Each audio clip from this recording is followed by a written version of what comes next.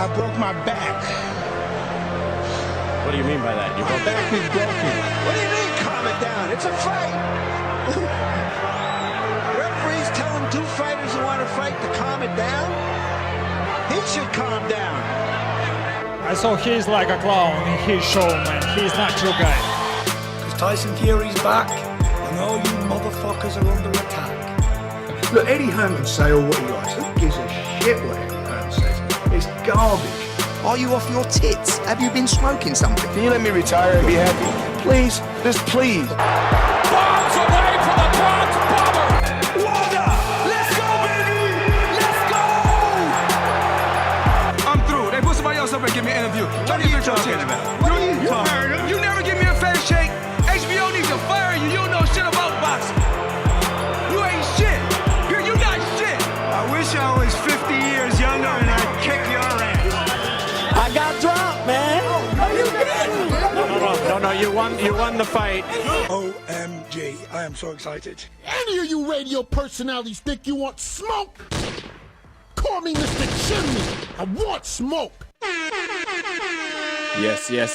What is up, MCR family? Another daily edition of the show live on YouTube, podcast from iTunes, Spotify, radio, etc. I'm Matt, the Hipster Hunter. We're going to be talking all things boxing today, breaking down the Wilder Ortiz 2 pay-per-view numbers from Dan Rayfield, Jake Donovan, and some speculation from Evan Rakowski of Aficionados Podcast.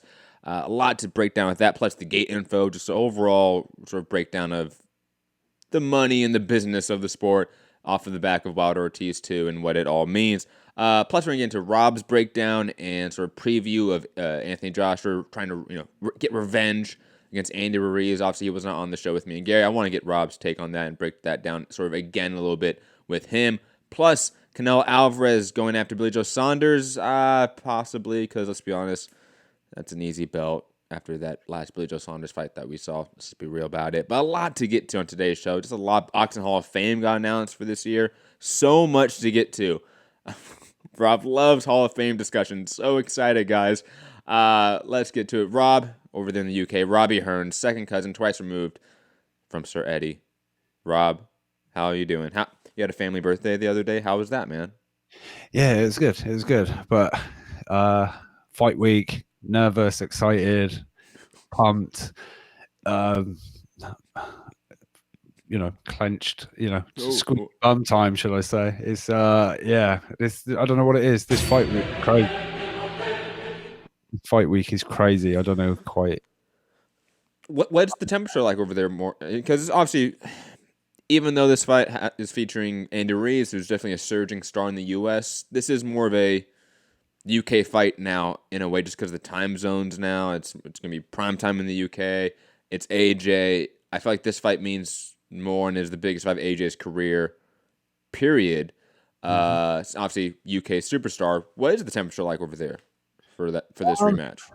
Well, since the loss, I've seen a lot of people now have kind of jumped from the Joshua ship, and it's there's people saying, the fat guy's going to do it again and stuff like that. And Joshua's mentally done and he's finished. And once he's he's going to retire, hang the boots up and the gloves up and everything like that. And I don't know. I think maybe they need to, I don't know, for British boxing, hope that Joshua wins, because I think the gravy train stops. The whole wave of big events and everything in the UK comes to a halt, if that's the case, and that's what they're hoping for. But for me, I think just as Brits get behind him, and I think even in boxing in general, because I feel he is as a brand and kind of what he's done and made these big events like the Wembleys and stuff like that. I think it's been a knock-on effect for the division. Oh, absolutely. The division's hot right now, and it's due to several people, and one of them specifically is AJ. Obviously, the UK markets was largely built up in the last 5 years because of AJ and Carl Froch selling 80,000 Wembley. Never forget. when he beat George Graves in front of 80,000 fans at Yeah. Wembley Stadium. He even brought that up and they absolutely clowned him. Bellew, Polly, did you see it? When Harry was, I watched that because first off, I love those round tables where they do the gloves off, right? That Sky Sports does. But when David Harry was like, "Yo, how much did that do, Carl? Like, how much did that do?" And everyone started cracking up. Yeah, and he's still trying to get it out. But It was so good. Yeah, I think like the Wilders, the Furies, these guys have benefited off of like the success of AJ in a way. You know, the money's rocketed up. This that, and the other. So, on that standpoint, but if Ruiz is the better man, then he's the guy that's got to win. But as you know, with Joshua being the brand and this sort of the draw that he apparently like maybe was, who knows? But is. Yeah, as far as my prediction, I just don't know, man. I'm just because I'm like up and down with it. I'm like, yeah, Joshua. You listened to the show, I'm assuming, right? With me and Gary breaking it down. Did you not? Yes. I've heard your predictions. Okay, you've at least heard our predictions, right? You're both picking Ruiz, right? Yes, but I am like you, up and down. Like today, I was driving, like maybe AJ wins it. Like I'm sorry, he can do it. Like he just do X, Y, and Z. He can win it. Every day, I've been like almost switching my pick, to be honest. Look, I know I'm the Eddie Hearns stan and everything like that. Yeah. But every time Eddie Hearn says this is a 50-50, even I don't believe Eddie Hearn when he says every fight is a 50-50. But for me, this is a genuine 50-50. I think either guy can win it at any moment. Joshua's shown. I know there's this whole chinny thing about him. He's chinny. It's not chinny. He's temple-y. It's like his temples, the weak link. The Achilles heel. Yeah, it seems to be like Tyson said it in the one night thing. Like he's like he got hit here. He's fine, but his body's fucked up. It's like that seems to be the spot. You get AJ up around the temple, sort of like above the ear. That was the Klitschko shot. That was the Dillian White shot that wobbled him in the White fight, and obviously we see it in the Andy Ruiz in the first fight. So yeah, I mean he keeps picking himself up off the canvas, but for me, those fast hands of Ruiz, they're a concern. And I know Eddie Hearn was ringside watching the workouts. He was on the Sky Sports stream for the public workouts. Which again, speaking of the popularity, I think it had at one point like 23,000 watching a public, on live stream on the Sky Sports one. But you're sort of picking up on what you said. What's the buzz for it like? Seems to be a lot of people keen on. Like if you're walking around, plus like people in the chat, I know we have a huge UK audience that listens in. Like half our listeners are from the UK. Like if you're walking around, like do you hear people talk about this fight like in casual conversation? Do you talk about it in Or I should put it this way, because I think for most people that listen to the show, you're that boxing fan in every group, right? You're the guy that, like your buddy Bill knows that he can go to you and rant about whatever big fight is at the moment because you're the boxing guy. You follow the sport. Yeah. Have your casual buddies and friends been hitting you up, been texting you, calling you, talking to you in casual conversation about this fight this week or in the last couple weeks? Yeah, I mean, just at my workplace. I mean, I'm either at work or I'm at home, so it's not like out and about. You're really not clubbing, Rob? Huh? You're not at clubs, Rob, and partying it up? Not till the weekend, but obviously. Yeah, of course.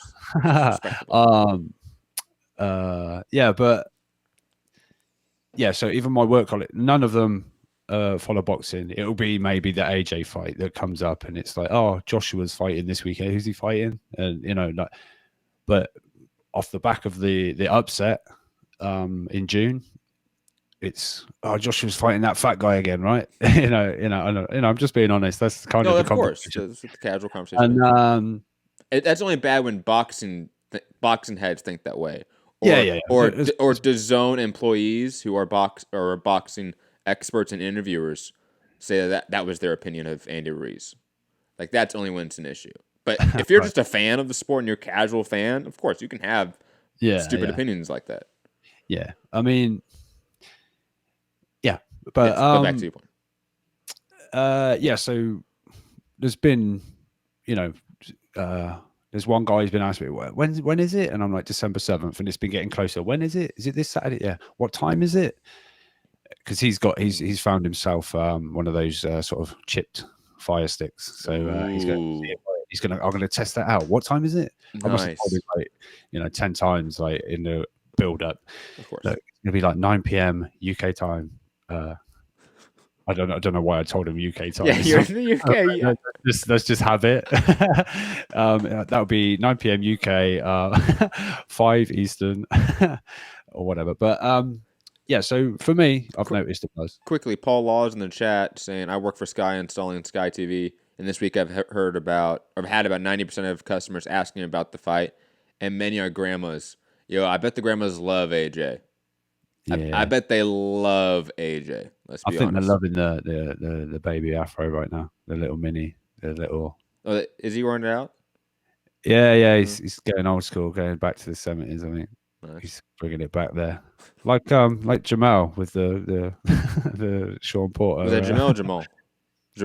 Sorry. Yeah. Whatever. Yeah. With it looked like the Khabib thing too, like the the Russian hat. It looked like a Russian hat, right? I'm assuming that's what it is. Yeah, but just the way it was in the bag, like just Sean Porter's big hair before he has it all braided up fight time. But Sean Porter has a great fro. He does. He really does. Respect that fro. Now, after he had to cut it off, right? He had to cut some off last time. William Phillips asking what time does it start on the West Coast? So it's 9 in the UK, so that would be midday. So midday. It'd be the usual UK time for us, William. To be honest, ring walks quarter of an hour, so yeah, 8:45 here, so it'll be like 11:45 ring walks for Pacific time, and then midday, I think. Yeah, for but knowing boxing's gonna get pushed back an hour. Let's just be honest, like that's how it always is. I don't know, man. I'm worried about the fact that it's an all heavyweight pretty much card. They could be like first rounder. Oh shit, we got 2 hours to kill. I know there's a few floats. Hopey Price is a float, and I think Diego Pacheco is another fight for the like a floating swing bout. So yeah, but it did surprise me with the whole heavyweight sort of theme. But now, Rob, I agree with you that it's gonna be interesting to see how the time's gonna work out because heavyweights, if it's all 10-round, 12-round boring heavyweight fights, it's another issue. Quick or could be long. It's another issue, but it's one of those. It's gonna be one way or the other for them probably. But quickly, prediction. Because I don't really hear a prediction here from you. Yeah, I'm skating around it, aren't Robert I? Other useless information. No, not just as a Brit, but I do think the mindset seems stronger. I think Joshua's.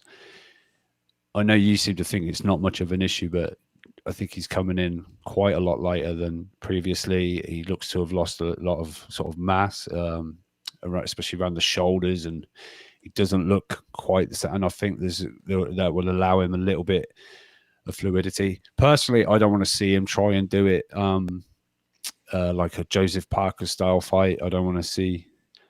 I think he's got a.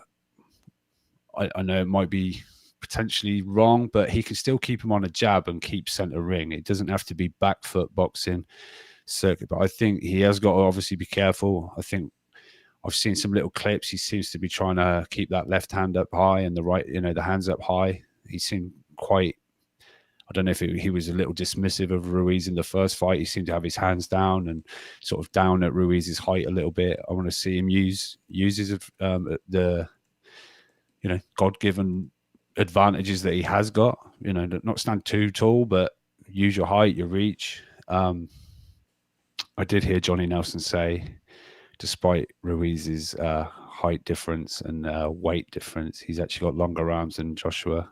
That can't be true. No, I don't think so. Well, when the reach comes up, I'll maybe take a picture and go, look at Andy Ruiz's deceptively short, longer arms than Joshua's or something.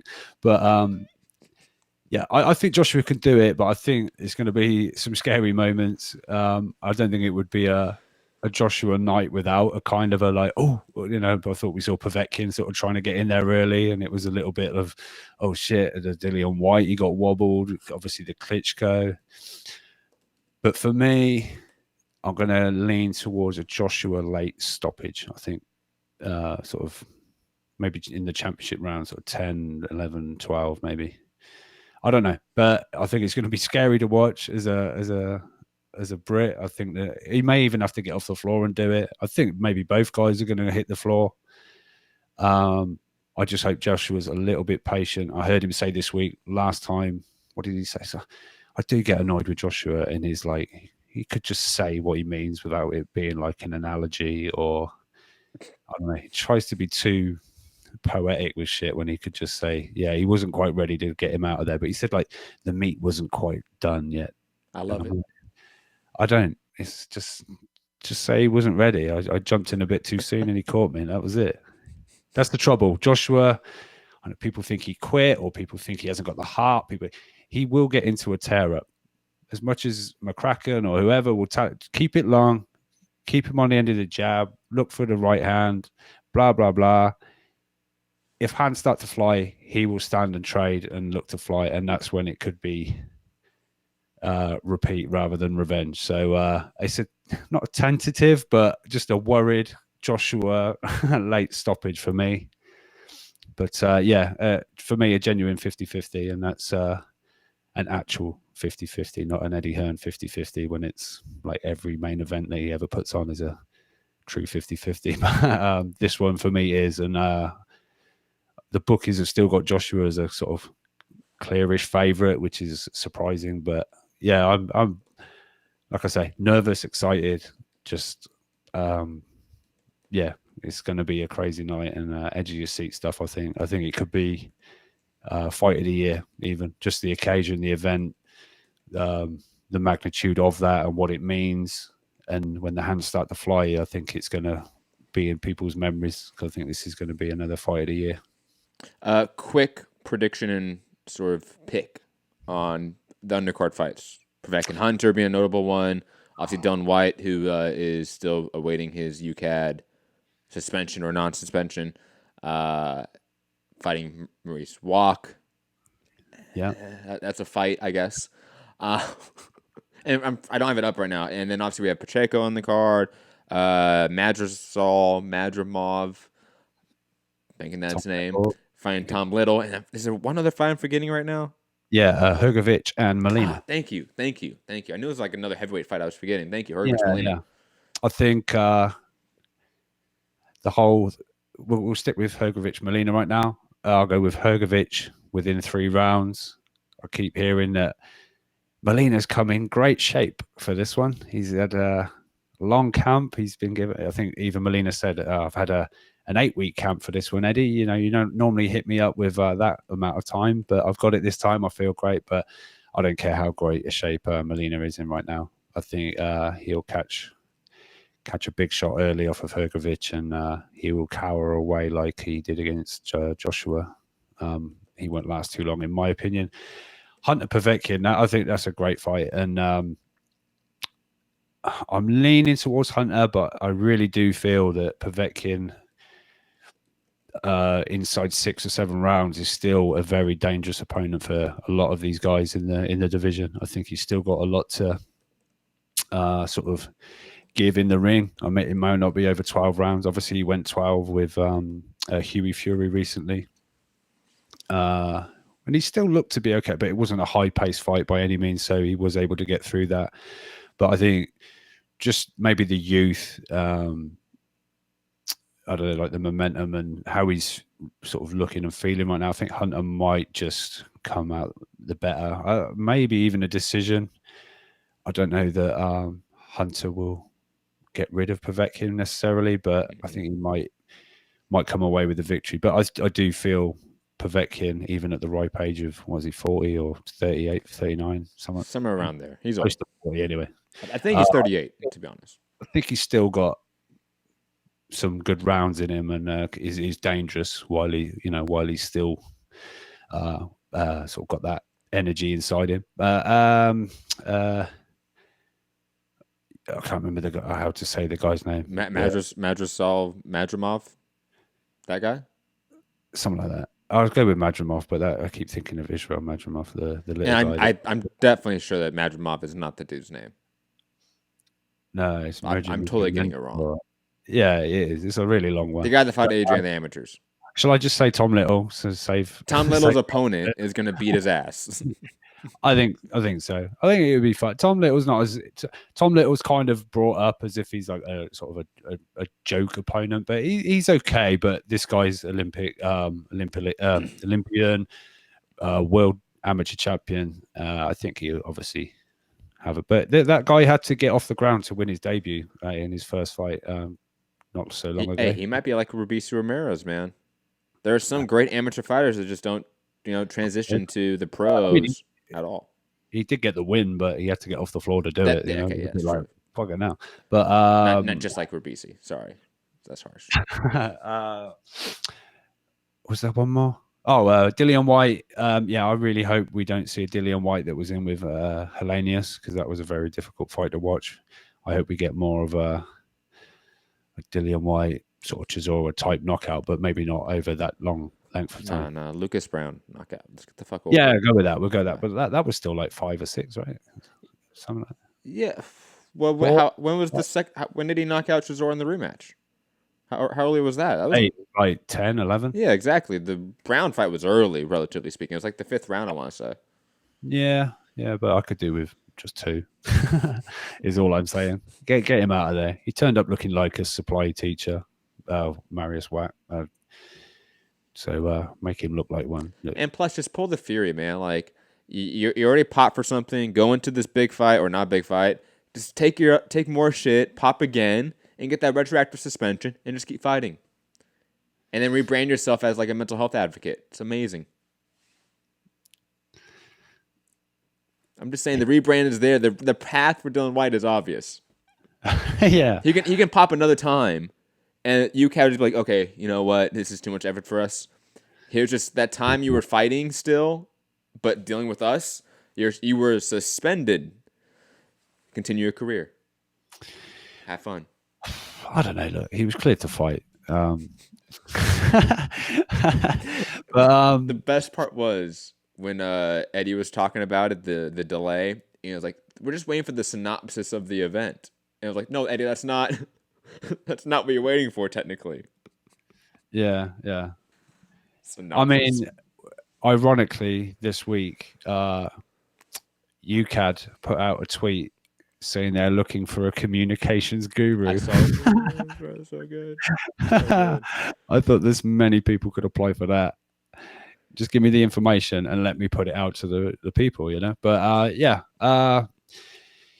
know this event, and what's around it with the sports washing and everything like that. But I can't help being excited about just the boxing matches and how it looks and everything. The actual, just the boxing side of it, I'm pumped. I'm really excited for it. I'll be honest, the rest of the undercard's not that great, but I am really excited for those top 2 fights. The Hunter Povetkin fight, because I think that's really interesting, and obviously Andy Ruiz, Anthony Joshua too, is a fantastic fight of a fight of the year contender, upset of the year, biggest fight of the year, right? It's one of them. I don't know. What is bigger than this? Pacquiao Thurman was really big. But like in relevance and like I don't know. It was a good fight. I'm not saying it was a shit fight. What are you talking about? That's a rubbish thing. No, I understand your argument. I think sheer like size of it, and I'll put it this way. I think Ruiz Joshua 2 isn't the biggest fight of the year, but it will lead to a biggest fight of the year eventually, whether that be not this year. Honestly, whether it's not the winner of this fight goes on for possibly the biggest fight of the last few years, right? Whether it's Andy Ruiz versus Deontay Wilder, whether it's AJ versus Wilder, I think that is a realistic option next year, in my mind, to be honest. So just off pure numbers, is KSI Logan Paul the biggest fight of the year? No, we already know that it did like a paltry 216,000. No, I mean like social things and social things. Collect all of that data. Well, then Wilder Brazil. I mean that's massive. Like one knockout video had like what 10 million views on Twitter. Yeah, but one video of Logan Paul saying he's gonna JJ's got no dick. Like 15 million as well. So peaks and troughs, swings and roundabouts, whatever you want to call it. I hate you so much. Oh god, that was good. This is, without doubt, I'm sorry, mate. You were talking nonsense. This is the biggest fight of the year. I don't know. It's one of them. I think it's hard to say because I mean we're gonna get into it now. Like there's sometimes our predictions and our like sense of how big a fight is off, right? Like that does happen. Even the fight you just brought up, KSI Logan Paul, like that was the biggest UK pay-per-view of the year. No, it wasn't. Like we had the pay-per-view numbers now. Like it did just over 200,000 buys. Like that's not a significant number at all, to be honest. And it's around the same number as Loma Campbell and AJ versus Andy Ruiz. The first fight in Madison Square Garden did double that in pay-per-view buys. So no, there's times where there's fights where we think are really big and they just kind of underperform in ways. For example, Deontay Wilder, Luis Ortiz 2. Let's get into it. Not the biggest fight of the year. No, not the biggest fight of the year. A decent fight, I think, if you're putting yourself outside the prediction, right? Because remember, when this fight was first announced, our predictions for it were very low, and then with the marketing, it rose to a significant degree. Like 400,000, right? But remember, Robin, when this fight was announced, I think we were both saying like 200-something thousand, 250,000. We were predicting around where it actually. We should have gone with the gut. We should have. See, that's. Fuck the promo. They all just left it on when the football finished. That's all. That's all it was. Great figures on the fight cam, but it was just left on after the Cowboys game. I just think that this is a fight that was obviously going to be a loss no matter what our prediction was, even though our prediction was around 400,000 for all of us. I think yours was a little bit lower than me and Gary's. I think me and Gary's was over 400,000 pay-per-view buys. And, excuse me, sorry. And it did, per Jake Donovan, 275,000 pay-per-view buys from multiple sources. Per Dan Rayfield, from one source, it did 225,000 buys. And I hope you understood with my framing of that why we went with the 275 in the title instead of the 225 from Dan Rayfield's reporting, because Jake Donovan has multiple sources. Dan Rayfield only has one in his report, I think. What if Dan's one was the guy in charge of counting how many pay-per-views it was? Maybe. But I out there, people listening right now, why we put 275 and not 225, just because of that. That's the only reason why. Information you can get from more people, the more of an educated number you can come with. Evan Rakowski of Aficionados Podcast didn't feel comfortable giving out a number, but he did say that regardless, it's going to be in this 200,000 range. That it's not going to have a 1 in front of it. It's not going to have a 3 in front of it. It's going to be either closer to Dan's, which is what he is thinking, but he's not comfortable giving a number yet, and because of that, I don't want to really go too much off of his reporting, to be honest. Because he didn't feel comfortable. I could tell in talking about it. What he said, I'm not quite comfortable to give that number just yet, but I think he'll obviously do some more digging. He'll go maybe a deep dive on it, as he likes to say. We'll do a deep dive on that, but yeah. And so I think regardless, I think it's pretty reliable now to say that the pay-per-view did between somewhere around Dan's number to probably around the 275 of Jake Donovan. 250, whatever it is. It's in the 200,000 pay-per-view buys.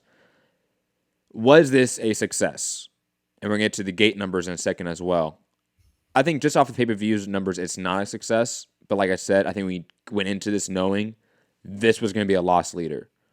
That the undisclosed purses for Wilder and Luis Ortiz, the 20 million and was it 7 million? 20 and 7, about 27 million. That it meant that their overall bottom line had to be so high that they probably just weren't going to meet it. Even with our high prediction of 400,000 pay-per-view buys. Even with that, if they hit that number, they would not have broke even here, to be honest. No.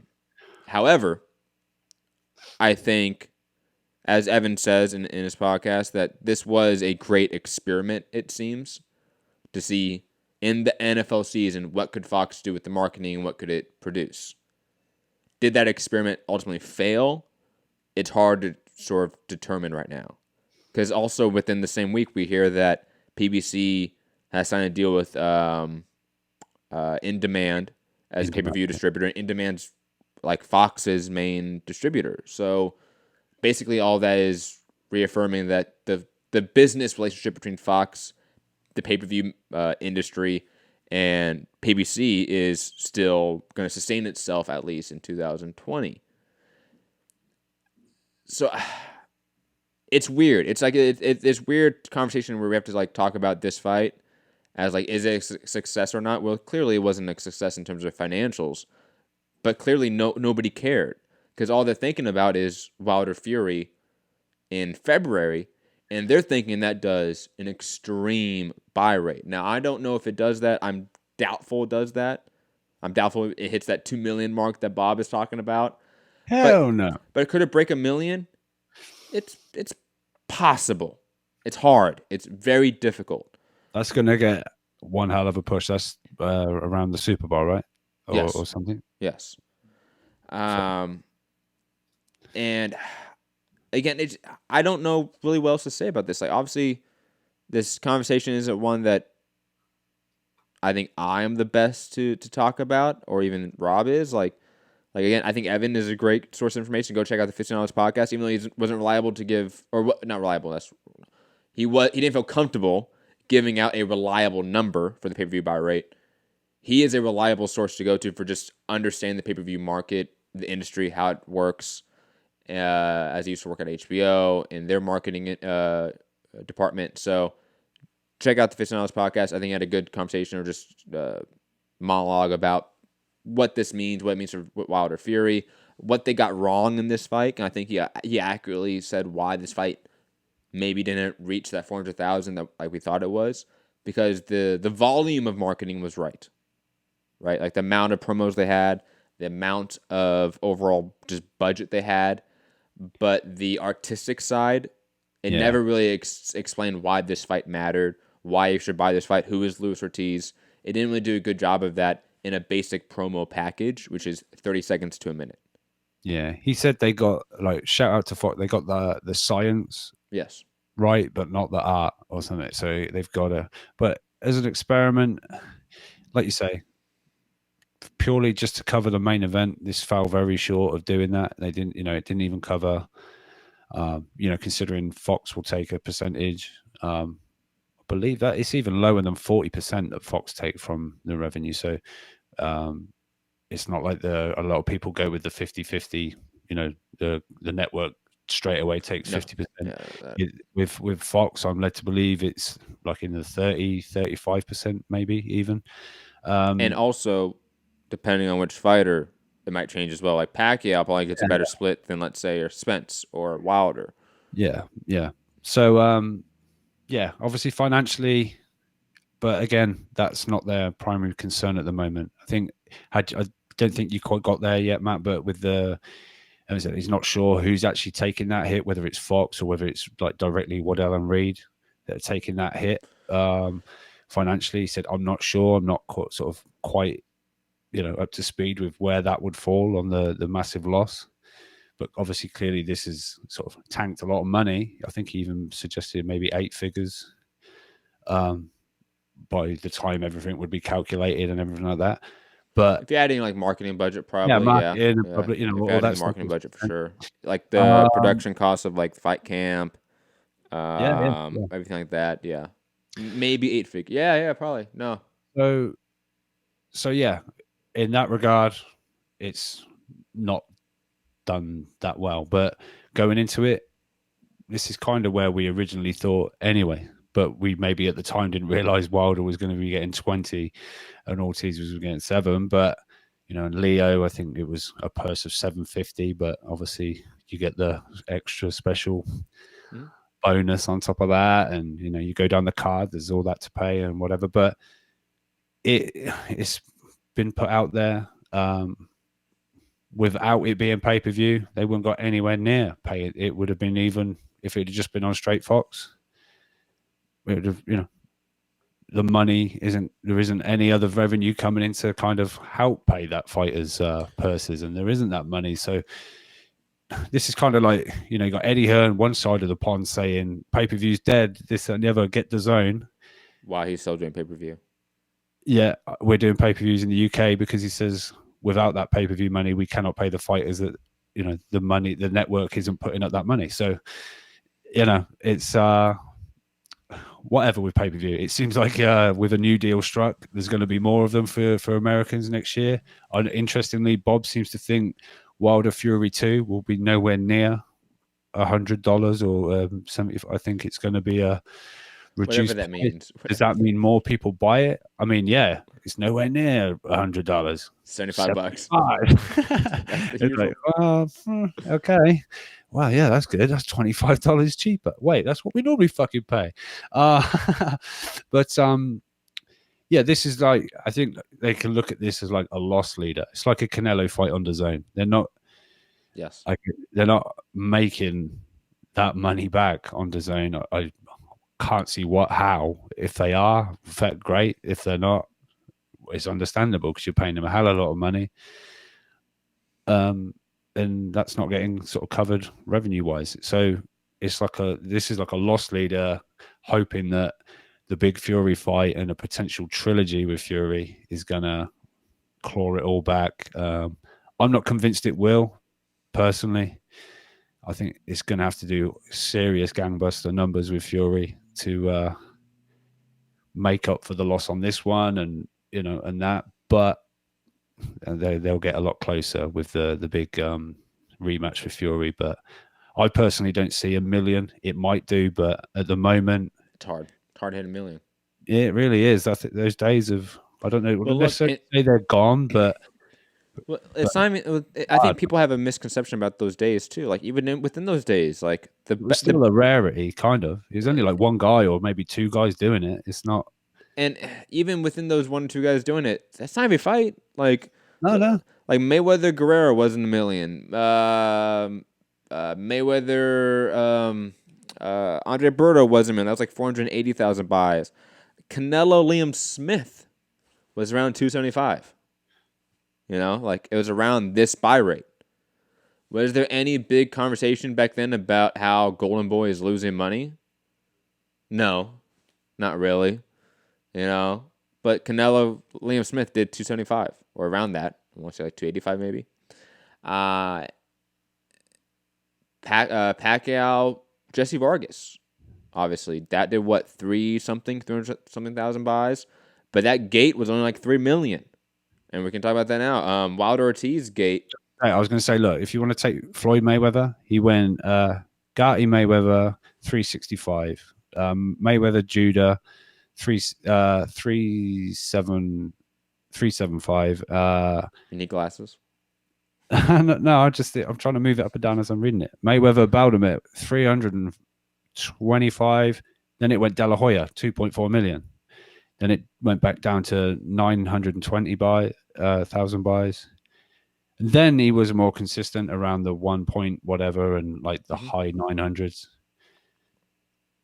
And then go to Pacquiao. Berto 400, and then the great, you know, best versus the best, McGregor Mayweather did the big, you know, 4 million plus whatever. So even one guy, you know, it's not a consistent million.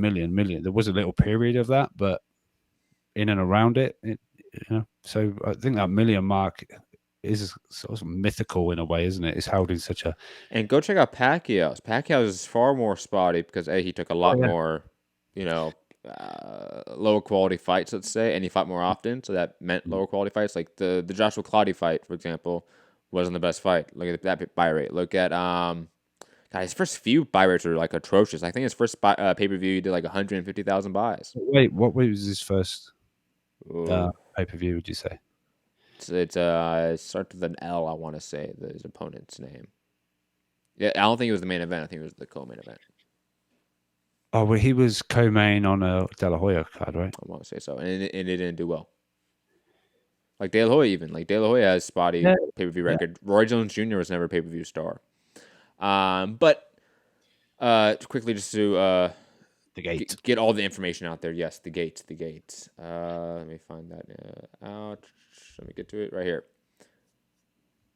gate. Also, by the way, we received this info as well from Nevada, and to any reporter out there, media member, just email commissions, just email these institutions and bodies. You would be shocked what you get back and how easily they respond back. Trust me. For sure. Shout out Colleen. Yeah, Colleen. My, Anyways, my sources. Your sources. Where is it at? 7,403 tickets sold, with 1,726 complimentary tickets given out, with a total live gate of 4,063,000, with like 141.50 cents.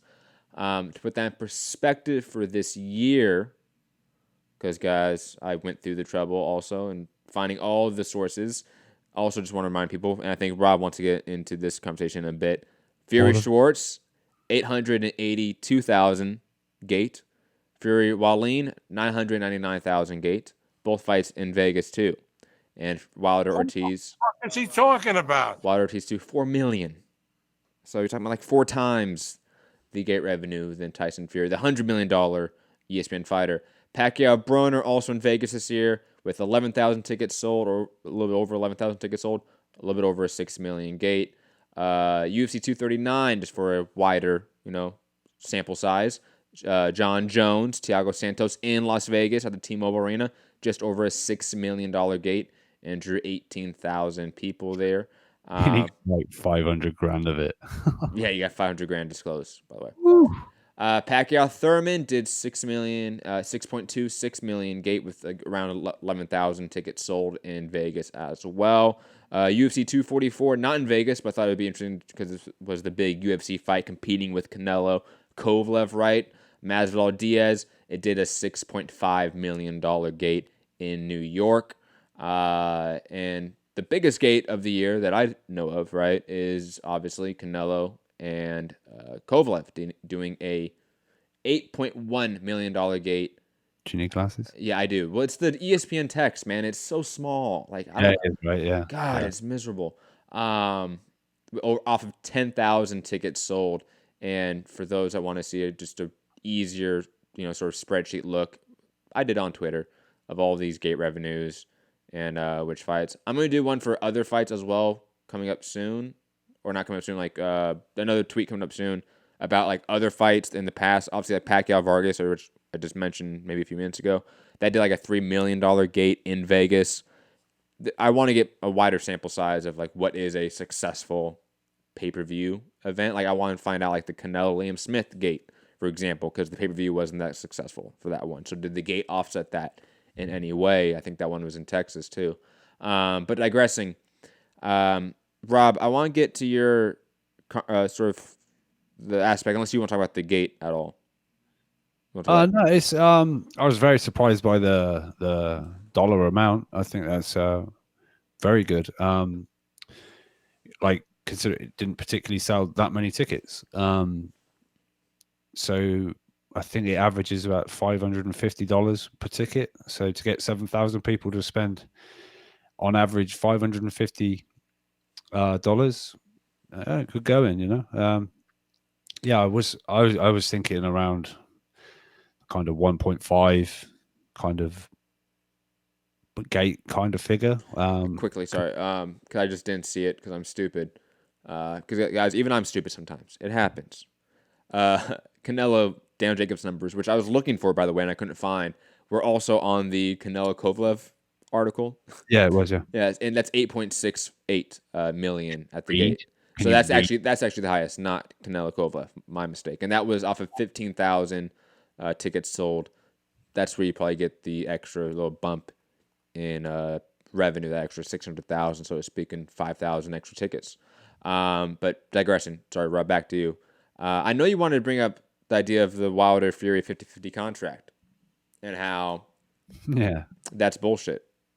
Expound on that, Rob. I just go off. No, I just think I think the feeling was that Wilder needed a dance partner, and to get that dance partner, we, as far as we know, and it's sort of been reported, that the Wilder Fury rematch is a 50-50 split, with the third in the trilogy would then the winner goes on to receive a 60-40 split. Now, just look at the gate, look at the dollar amounts that have come in from a Wilder fight, in a fight that nobody wanted to see. Nobody wanted this rematch. No one asked for this rematch. Yes, there was, he got helped by the doctor, but he then went and knocked Ortiz silly and did it. No one was like, this is controversial in any way. Just to add, he's also, I think, in the top 10 U.S. TV viewership for boxing this year with the Brazil fight. That might be a top 15, but I know it's within that top 20 in terms of TV viewership for the year. Obviously, this pay-per-view wasn't a rounding success, but it was a pay-per-view that's done better than any ESPN pay-per-view recently or any top-ranked pay-per-view recently. And also, Tyson Fury's been fighting on a streaming app that we have no idea what his numbers are. Yeah, we don't know what that has pulled in viewership, but we do know apparently it had hundreds and hundreds of thousands of new subscribers. Hang on, let me say that again. It's handed hundreds and hundreds of thousands of new subscribers. And I also want to remind people, I think it was the Schwartz fight or maybe in the Wallin fight. I forget which one it was. But they literally had more comps than sold tickets. Yep. Yeah. So it's good. It's good. Yeah. But yeah, so for me, this 50-50 deal seems like a fucking piece of shit business in my opinion, although it's going to make them both a hell of a lot of money. And the people involved are going to be okay with it. But just purely looking at those numbers, Fury doesn't deserve a 50-50 split. You know, Wilder's clearly more of a draw. He's clearly more of he's the A side, you know, he's the A side in the fight. But he gets my respect more. Like his competition level this year compared to Fury's. Fury's fighting sub 50 guys. 50, 5-0, not 15, 5-0. But I know from the first fight, a lot of people feel Fury kind of, you know, sold that fight a lot more than maybe what, you know, he was out there, you know, big, loud, clowning Wilder. He's going to be great value in that department. You know, he's going to sell the hell out of it and do well.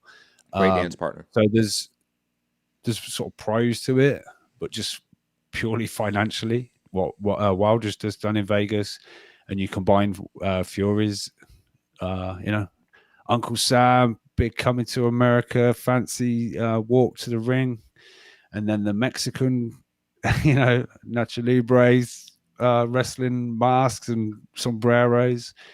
It didn't really amount to much, you know. So yeah, just on a, I don't know, business side of things, that contract doesn't look particularly fantastic now. If you're a Wilder, going, why am I giving this fucking guy 50%? Oh, Wilder could have definitely strong-armed it if he wanted to. Yeah, but signed, sealed, I guess, and at the moment, or it seems that way. I know it's not officially announced, but you know, it's nearly Joshua fight day, so I expect it anytime soon. Circling back to the point you brought up a while ago about the idea that the concept that some of these fights have, because of the market, because of the way the industry is set up, that they need to be pay-per-view fights for these fighters to get paid what they're asking for nowadays, right?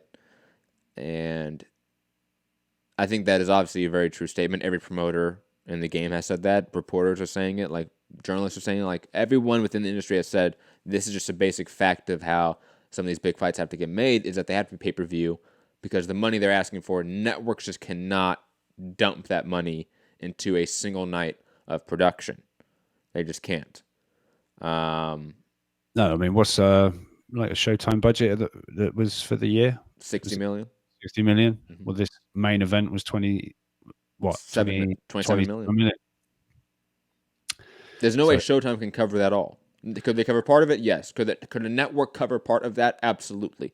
But you need to find other avenues of revenue, and one of them is pay-per-view, which the industry has been set up for a very long time. Rob, do you agree with me that pay-per-view is obviously like consumer? It's not consumer friendly. Pay-per-view. Yeah, Okay. I mean, look, we've been asked to pay an extra £5 for this weekend's event. A lot of people seem to be quite angry about that. I'm not that. £5 is £5 as long as it doesn't stay like that, and then we get another increase a bit further down the line. No, just I have several questions here. Yeah. No, I just think. Okay, you carry on. But yeah, I think consumers get hurt by pay-per-view just because we have to pay more than let's say the average sporting fan. Because for sure, football fans, whatever football you want, they don't pay for this. If you've bought every pay-per-view stateside this year, that's $450 you spent on what, 6 nights of boxing? No, whatever it is. And let's add like UFC pay-per-views. That's another 12. Yeah. That's another 12. Oh man, it's hard. Thank God's a tax. Super chats are welcome. Okay, so we both agree pay-per-view is not a consumer-friendly model. Do we agree that the pay-per-view, even though it's not a consumer-friendly model, has been helpful to get fighters paid more than they've ever been paid in previous eras? Well, yeah, that's how they, I guess, attracted a big fight. It'll be a pay-per-view fight. You'll make this. You'll get a percentage of, off the pay-per-view and blah, blah, blah. I mean, sort of going back to the Wilder thing, I think DAZN have kind of had a little say in how this previous recent pay-per-view is done, because obviously the 20 million offer for what, the money to try and lure him away from there has meant they've had to try and cover that to keep obviously Wilder happy.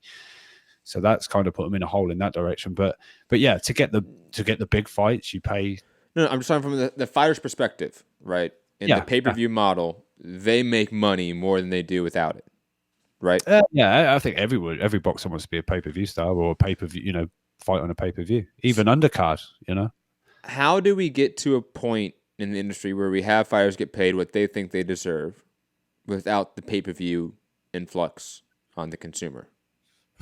Like, maybe that's an answer or a question that like I don't have an answer for. Maybe you don't have an answer for, or a guess for. Listeners out there, maybe guys don't have a guess for, but just like that's the conversation we need to have. Like, how do we get to this point where we can appease both bases here? Because let's be honest, like all of us here, let's agree: fuck the networks, fuck the sanctioning bodies, fuck the promoters.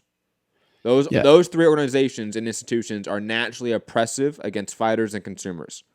So as just a pure class struggle here, fighters and consumers, how do we get to a point where we, the consumers, are appeased? Because let's be honest, the pay-per-view model has been hurting us for 30 years, 40 years now. But it has been super helpful for fighters. It has made boxers some of the highest paid athletes in the sport, and boxers on a whole, the highest paid combat sports athlete in the world because of pay-per-view.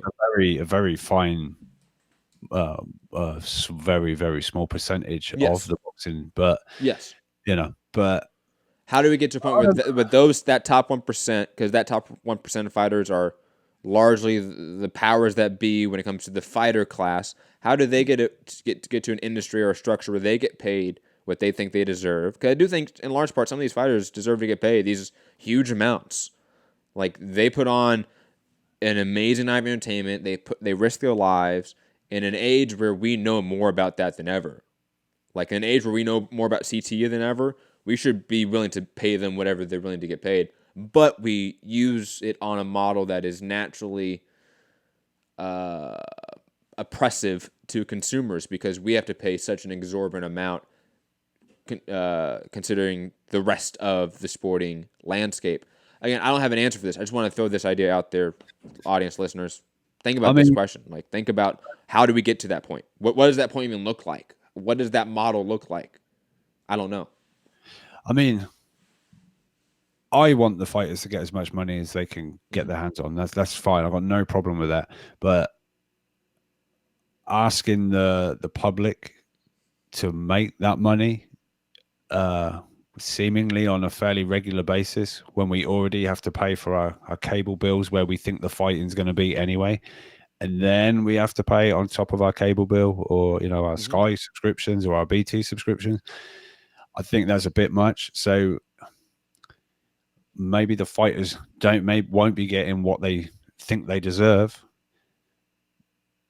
But if consumers sort of vote with their debit cards or their remote controls and not press those buttons and not say I'm not going to get that fight or I'm not paying for that, I think the market's suffering anyway, because I think we're in a day and age where it doesn't seem to matter what these companies try and do.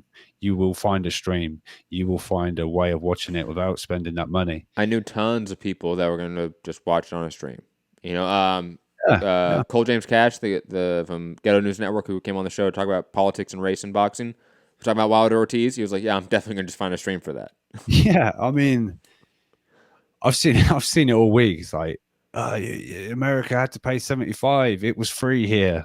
So, no, it wasn't. You still paid like £40 or whatever for your Sky subscription. It's not like necessarily free. I don't know, but I just feel if it is sort of consumer driven that we don't buy this pay-per-view, we make a joint trying to get the boxing community together is like basically impossible, but like not to pay for it, then fighters will have to maybe adjust, or investment or whatever has to come in to give these fighters what they deserve. But to take it out of consumers' pockets constantly, I think, is a bit of a liberty. But I'm guilty of buying it when it's a Sky pay-per-view, or I mean, BT haven't offered a lot of it. It's like a 4 a.m. or whatever. Fury's been out in Vegas and things like that, so I don't necessarily buy the really late ones. I mean, but yeah, I think it is a bit of a liberty considering what we pay to watch general boxing anyway, and then to be asked, and especially when you think, is this one pay-per-view worth it? Wilder Ortiz too was that question in a large way. That isn't, I guess, a pay-per-view fight, but the demands of the market, the market and the money. Currently, I know you've done a piece about the financial bubble kind of thing of it all. You toot my own horn. Mixedcombatradio.com. Yes. Great article, by the way. The author's amazing, by the way. Great writer. Yeah. I worked hard. No, shout out to Matt. Put it all together. A lot of research, but yeah, just the way structurally and financially we are at the moment, and the influx, with like the Zone and ESPN Plus, and the market trying to find its sort of level, where balance. Things have gone crazy, and Jesse Vargas got like 1.7 million for Delorme, and it's 1.3 million against Humberto Soto, and he wasn't even the co-main event on the card. That was a war, though. He deserved that. He did deserve that. That was a war.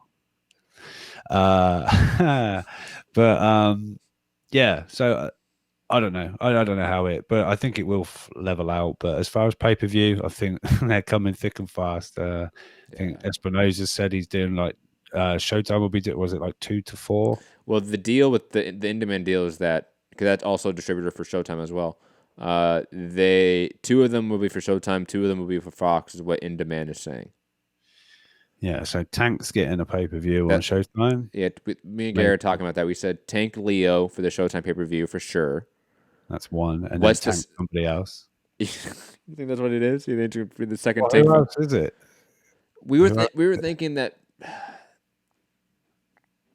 the Wilder Fury 3 fight is a possibility. Spence Garcia has a possibility for maybe like August. Spence ain't going to be on Showtime. I don't know where you're getting that from. Look, possibility. I don't think it's probable.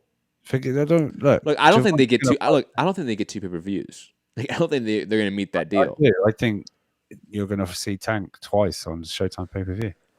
What's the second fight? I don't know. Well, because the Leo will be the first fight, right? And that'd be pay-per-view. And I can kind of understand why they do that. I'm not for it, but I understand why they would make that pay-per-view. Probably the rematch when Leo drops. I'm joking. I nearly said that without laughing. I don't know. But there's no one else really on. Look, Fox are the premier network with the better fighters. Showtime have got the dregs, right? That's what Bill Wagner said, or Wanger. Wanger, yeah, get it right. Don't make his name sound stupid, Matt, by getting it wrong, okay? It's Bill Wanger or Bob, whatever it was. Bill or Bob. I apologize. It was definitely Bill. It was definitely Bill. Well, it's definitely Wanger as well, so we got it. Bill Wanger.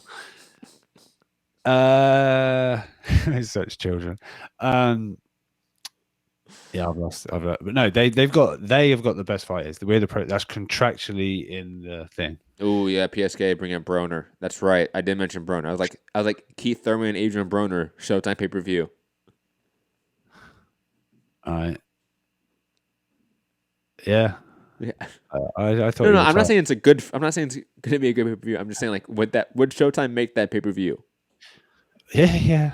Yeah, I think so. Yeah, I think they got to do something. I like to say, yeah. Yeah, why not? I don't know, but maybe it'd be Eubank Charlo.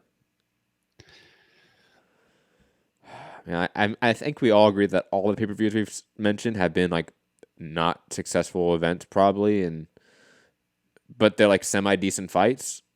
Like Eubank Charlo, I think is like legitimately just not a good fight. The more I think about it. Because it never happens. Because Matt Korbov's just going to outbox Eubank into oblivion. And plus, I mean, talk about two guys that really have great natural ability, but zero accuracy. Because Jamal Charlo cannot hit anyone lately. Brandon Adams was slipping every goddamn shot. Chris Eubank can't hit a goddamn side of a barn. Okay, those two guys. He throws enough that something will land. Oh my god! He's like a workhorse. Let's not talk about that. Pay-per-view. Very quickly for UK fans, speaking of bleeding consumers, if you want to watch. Oh no, we're gonna get to that. Don't worry. Oh, okay. Yeah, we're gonna get to that later.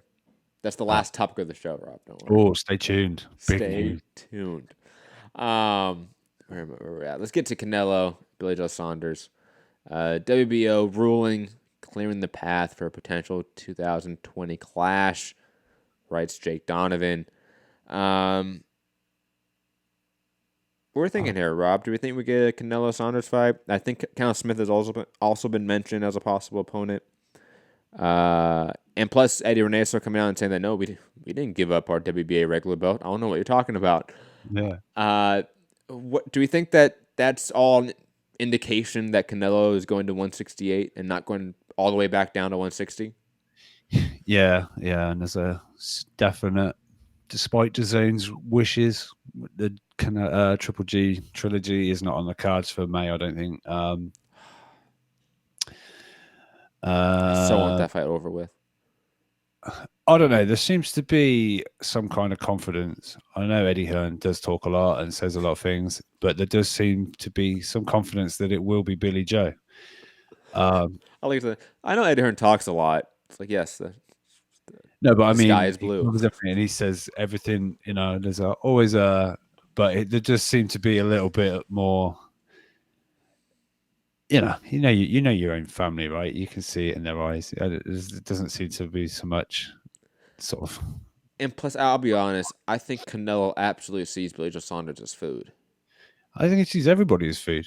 But in a different way. Because Billy Joe is one of those guys that for a period of time, the internets was saying, oh, he's the guy to give Canelo issues at 160. Right? He is, but... No, but that's what the internets were saying. Oh, yeah, right? Yeah. That was the blueprint on Canelo is a boxer that can move. Yes. And I think Canelo Alvarez is absolutely online and on social media just lurking. Like, I 100% believe that he's the type of guy to not have he has a social media account, but he has like a burner account that he's on like all the forums. He follows all the the Twitter people, and he makes sure that he sees and hears everything because that's what like top level sociopath athletes do. A la like Kevin Durant, like LeBron James and Kobe Bryant. It must make him hungry because everyone sort of brings up beef. I guarantee you there are certain names like Andrade, Billy Joe that are on his hit list because they've been talked about from the fandom a lot as those are the guys to give him issues. I thought he was going to go to an Andrade fight, I'll be honest. I thought that would make a lot of sense. but I don't think he wants to go back down to 160. I wouldn't advise from 175 straight down to 160. No, you're probably right. Probably right. It's I think a bad idea. If you're going to do middleweight again, go via super middleweight first, right? I think, but yeah, I mean, look, the old adage about Saunders is when he's up for it, he's fantastic. When he's not, he makes everything look hard work. You know, it's difficult because we know that performance can be it with it, you know, in him to do. But let's be honest, an absolute masterclass against David Lemieux, but it's David Lemieux. We're talking about Canelo now, so I don't know. I think it could be an interesting fight. Definitely a mixture of cultures when it comes to a press conference. I was just looking then. I thought I had my sexy motherfucker soundbite, but I don't have it. But no, I don't know. Whatever Canelo chooses, I don't think it's going to get a lot of people that excited at the moment.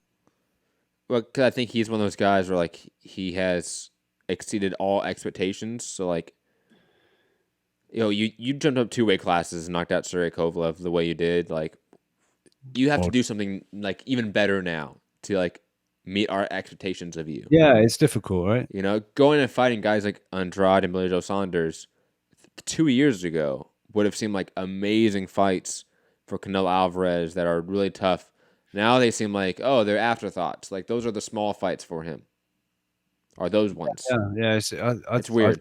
It's difficult to find that guy out there that's going to make everyone go, oh, I can't wait for this fight, you know? But, sorry, to the point, Billy Joe Saunders, he's definitely not that guy because, oh my God, there's no way all those new fans that KSI Logan Paul 2 created came away from that night saying, you know what?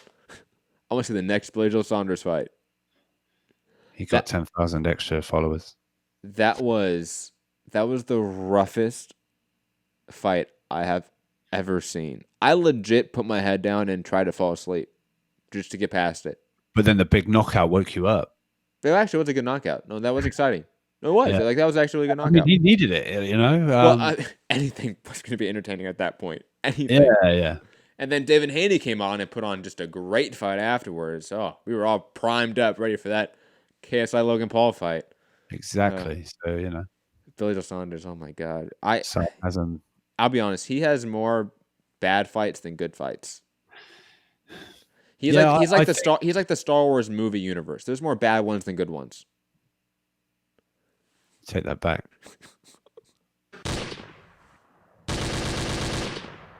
You know it's true. Give in to the dark side. No, I can't. Yo, I watched Last Jedi again last night. It was rough. Just keep it. Mary Poppins, man. Mary Poppins. That just moment kills me. Just keep it professional from now on. We're no longer friends. We're not Look, Billy Joe Saunders. I think he has wanted a big fight for so long, and it just hasn't happened. He hasn't had that big moment. And yeah, I don't know. He's just, failed to flatter us, like we're not like sat in anticipation waiting for the next Billy Joe Saunders fight. He's got a style and a knockout percentage that doesn't lean that way anyway. But when those performances kind of leave you a little bit, it is tricky. But I think let's see him finally in that big fight, and then we know, and we can either go, whatever, another Billy Joe, I had a go. He had his chance, but he wasn't what he said he was. Or he comes out and surprises a lot of people, and we can say, damn, he really did need that big test to bring out the best in him. But I think we see that with quite a few fighters on a different level. Well, we've seen it, look, Fury against Wilder. Great performance against one of the dangerous punchers in the history of the sport. Schwartz, whatever, and then struggled with Wallin. Just to take nothing away from Wallin, but when you're saying you're the greatest heavyweight, you deal with guys like that, I guess. But Instead of getting touched up.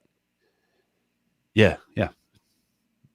Well, say instead of getting 45 stitches in your face. So I mean, Warleen did try and rip his actual face off. But it would be the cut of the year if it wasn't for Sinessa Estrada versus Marlon Esparza, where she literally was getting scalped in front of a national audience. You saw her skull. I mean, that's enough now.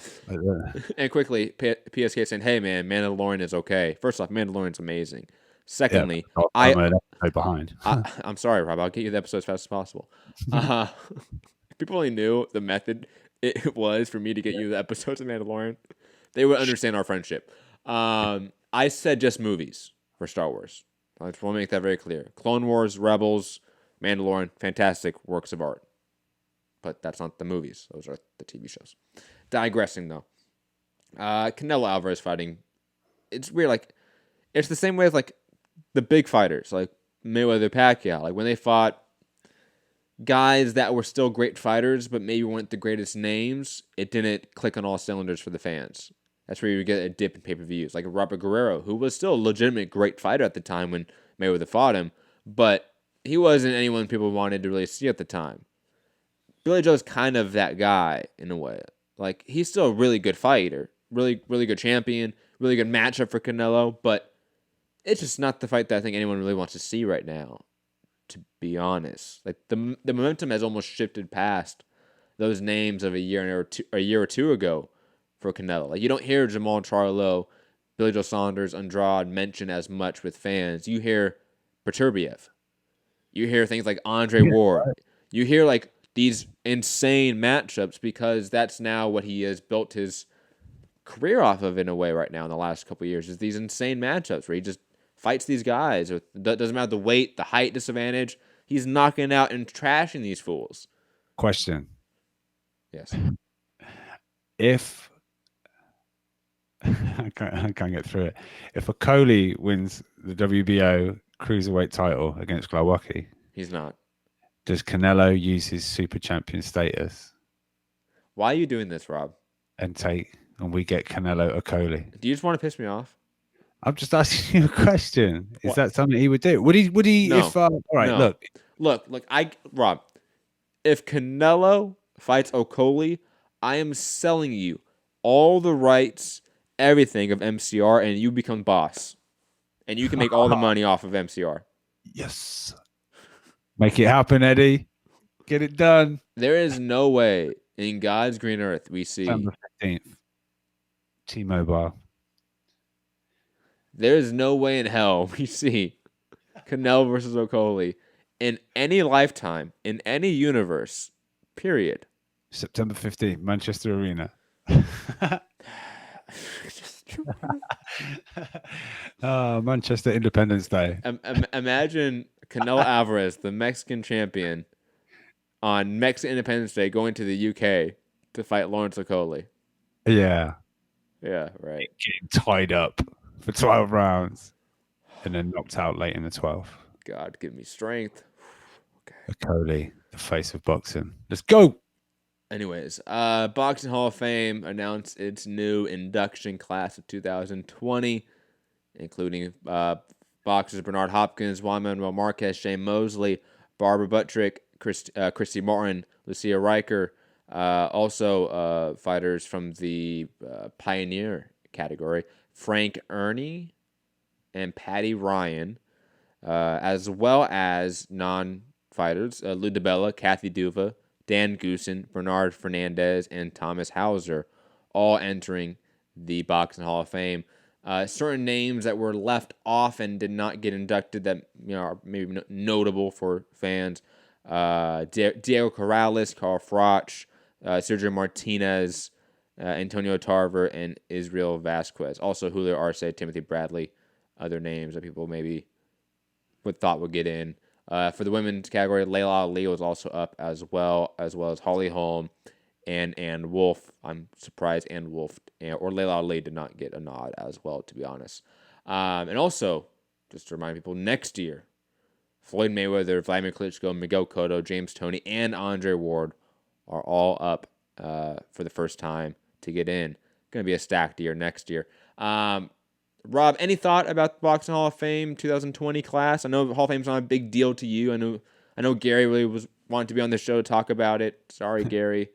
You're out of town to see the Charlo Hogan card. What you gonna do, brother? You're not going to be on this show and talk about it, apparently. That's what you're going to do.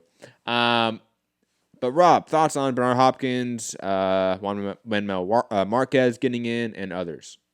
Oh, and also the first year that women get in. I want to make note of that as well. This is the first year. Yes, this is the first women that have been inducted into the Boxing Hall of Fame. Are these three women? Shout out to that. Yes. Hold on. Yeah, shout out to that. Barbara Buttrick, by the way.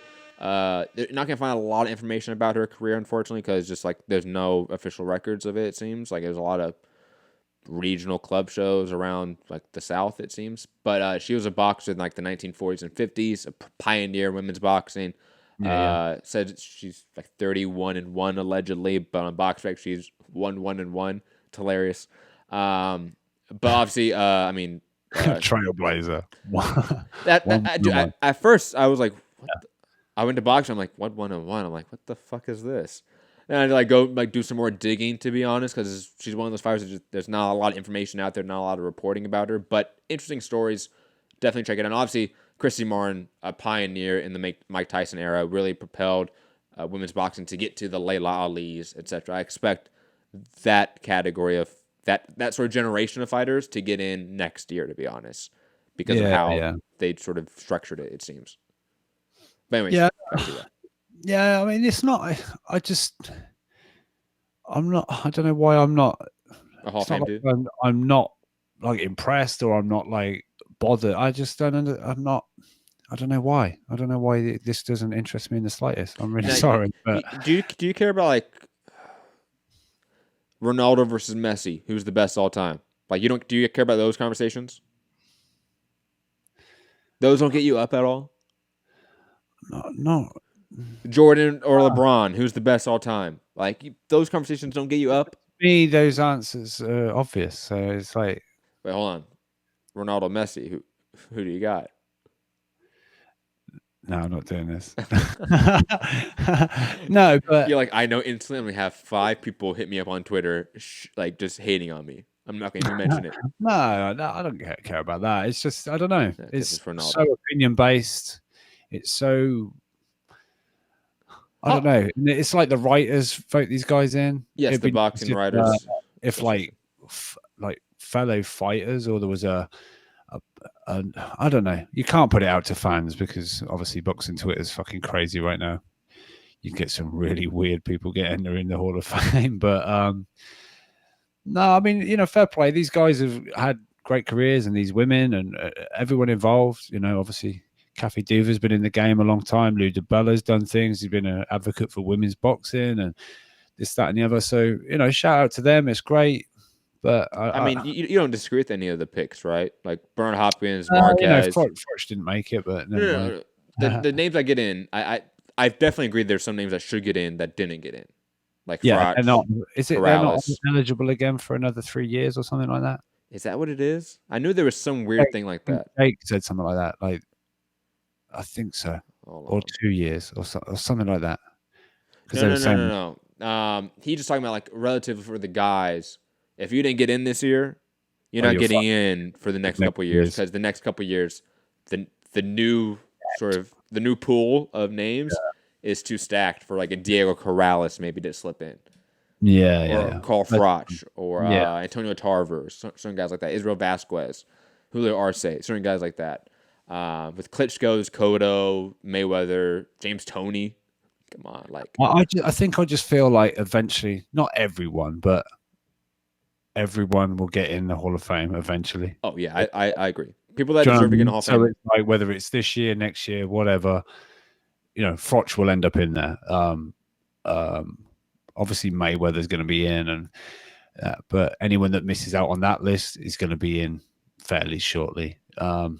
So quickly, Santiago, because I know you're on the line. Santi, please press 1 if you want to talk. Also 951, I do see you. We have a few more topics to get to, so if you want to leave, remember, you have to get back in, so don't forget that. But like, I want to know, like, are there any names out there that like are technically eligible in the for the Hall of Fame, but just are like blacklisted, don't get in. I don't know what the criteria actually. What is the criteria? Like, what do you mean? Like, what do you mean by that? What did you just say then? Like, your like, is there any like boxing name out there that's blacklisted? Like, just it does not show up on lists. Like, for example, like is Jose Galaxy in the Hall of Fame? I assume he is, because he should be. He's one of the greatest flyweights of all time. Is he though? Like, I assume he is. I don't know. Like, is there any name out there that just for some reason is not, for any of the real historian heads out there, like Santiago? No, fucking Rocky Balboa is in the Hall of Fame. So, Yo, Ray Mancini's in the Hall of Fame. Like, that's always my go-to. Like, yeah, Rocky Balboa is your go-to usually when we have these conversations, Rob. Wasn't Ray an actual boxer? Yeah, but like, kind of. Not an actor or a fictional character. I mean, yeah, Rocky Balboa, the actor.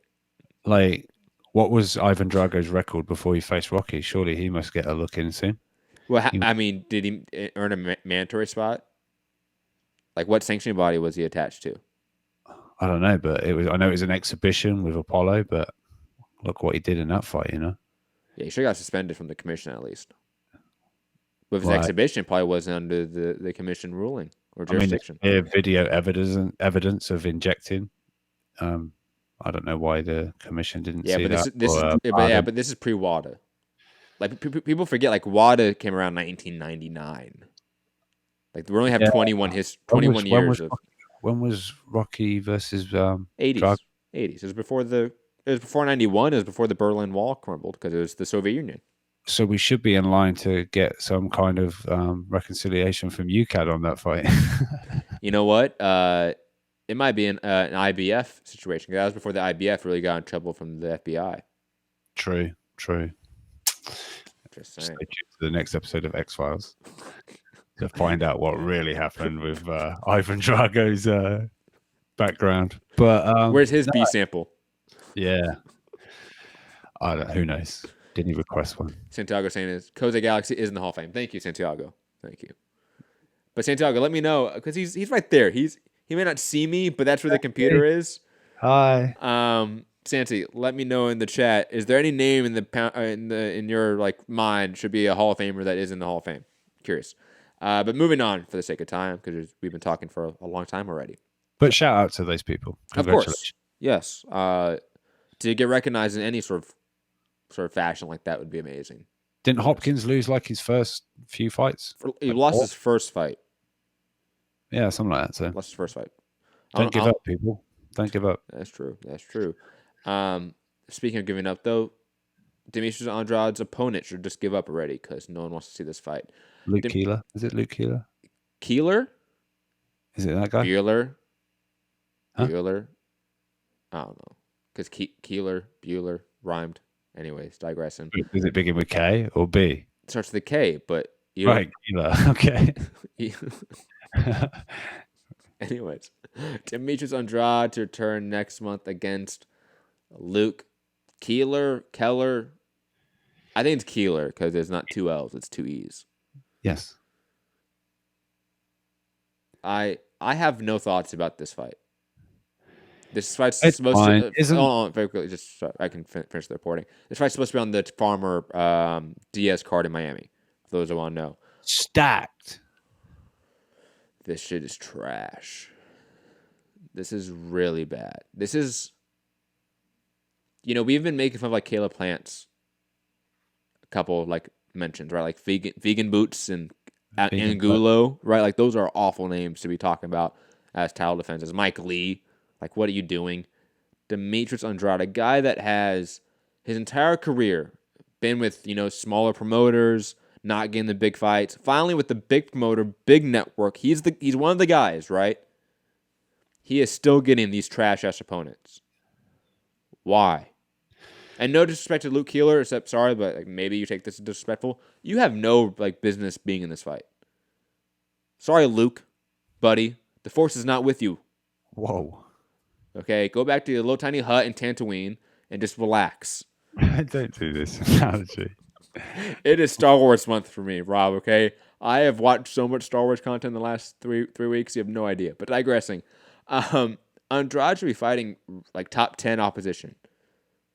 Like, why is he not fighting Rob Brandt, Moreta, Charlo, even guys like he fought Selitsky. Okay, that's a decent win.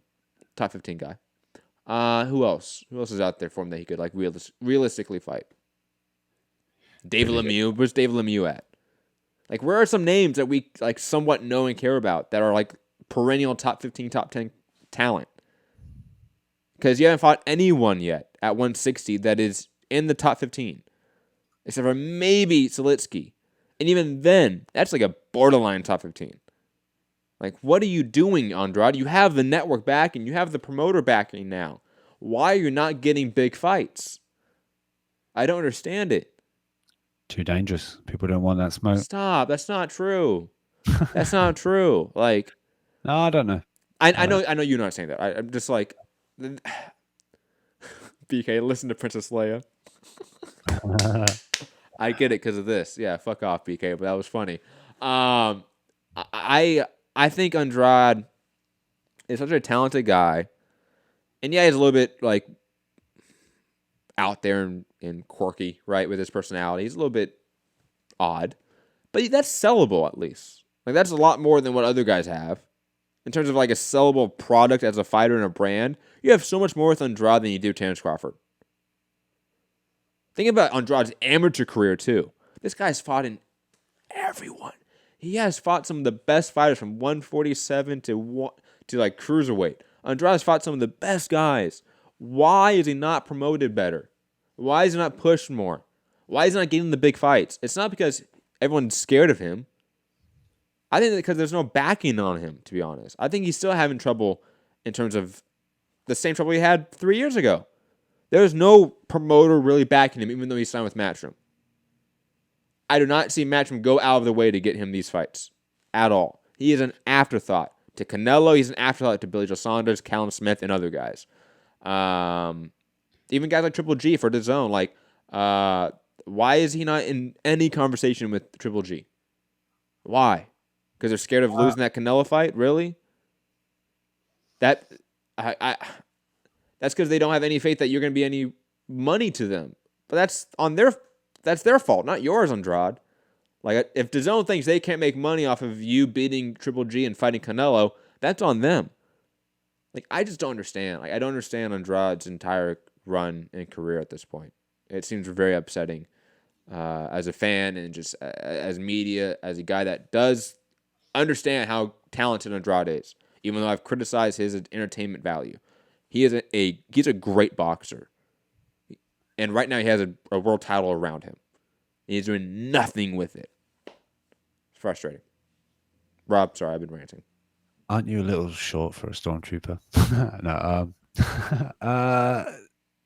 No, I get you, but I mean, we don't know what attempts have been made. We don't quite know what's they've tried to make or whatever, or offers or whatever. But I know what you mean. I just think Andrade's gonna be one of those guys, you know. Like, we do know vaguely that he was in line with the Canelo fight, but that was such a third or fourth order matchup behind Derevchenko at the time, because that was the whole IBF situation. Who else? Triple G, Kovalev, and who else was in the running for that around that time? I don't know. I mean, Derevchenko wasn't even. Canelo didn't know anything even about that, right? Well, no, he did. He asked Golden Boy to make the fight, and then Golden Boy didn't. And then he got stripped. And he was like, "Well, what the fuck happened with my belt?" We know that Canelo tried to make the Derevchenko fight. That didn't happen because of Golden Boy's fuck ups. Then he went to Kovalev, and it was mainly Kovalev and Triple G as options. And then those weren't looking likely because he didn't want to fight Triple G. Kovalev looked like it was going to be an issue with money. Then they went to Andrade, and there was that whole article by Ryan O'Hara that was fights done and finalized. It wasn't, but obviously that was an option that they went to. But then Kovalev came back in the negotiations. So at no point has Andrade ever been the focus of anyone, of a network, of a promoter, and that has hurt him. Because he's not the most entertaining fighter in terms of his fighting style, you need that promoter and that push from a network. Because the fans aren't going to get behind you the same way as an entertaining fighter, just naturally speaking. But again, ranting. Yeah. Sorry. Yeah, I mean, it's hard if the promoter's saying, "Oh, this guy's great," but then we watch an Andrade fight and we're like, is he? You know what I mean? I'm just saying, like, he Whoa, had hey. who is it? Slitsky. Sorry, but he had him hurt. I know that there was him and Tevin Farmer have kind of said the same things. We'll fight our fight. Thank you very much. Well, I don't need to get into wars just to please you.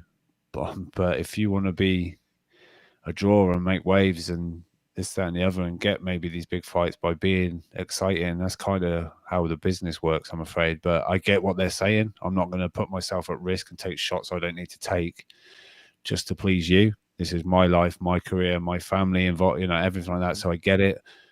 But on a marketing standpoint, it's not like great. But look, Luke Keeler, I mean, you sort of sounded like you didn't know the guy too well, Matt, but he had a great fight with Luis Arias. Do you remember in his last fight? Oh, I know who he is. Yeah. Okay, cool. I didn't know if you knew. And then I believe. But again, good fight with Luis Arias means very little to me. I know. That was a good fight. Andrade, but yeah, but I didn't know if people remembered. It was quite a war, right? It was a good, like, not fight of the year necessarily, but maybe.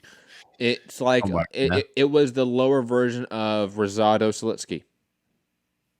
Yeah, but yeah. Good fight between club level guys.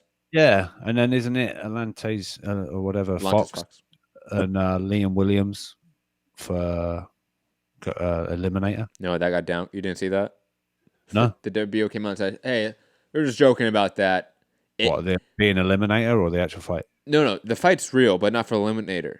Or not for the... It's not an Eliminator fight. It's for the potential to be in high placement in the WBO rankings, something to that effect. It was the way they phrased it, I'll try to find it, but yeah, I think it was from either Benson or... Oh, I think, didn't they say, but it doesn't necessarily mean that they'll be the mandatory or Yes. Yeah. It basically one of those, like, hey, you're going to get like that Dylan White treatment. You're going to be ranked number 1, but not the Mando. Oh, Liam Williams, 600 days. 600.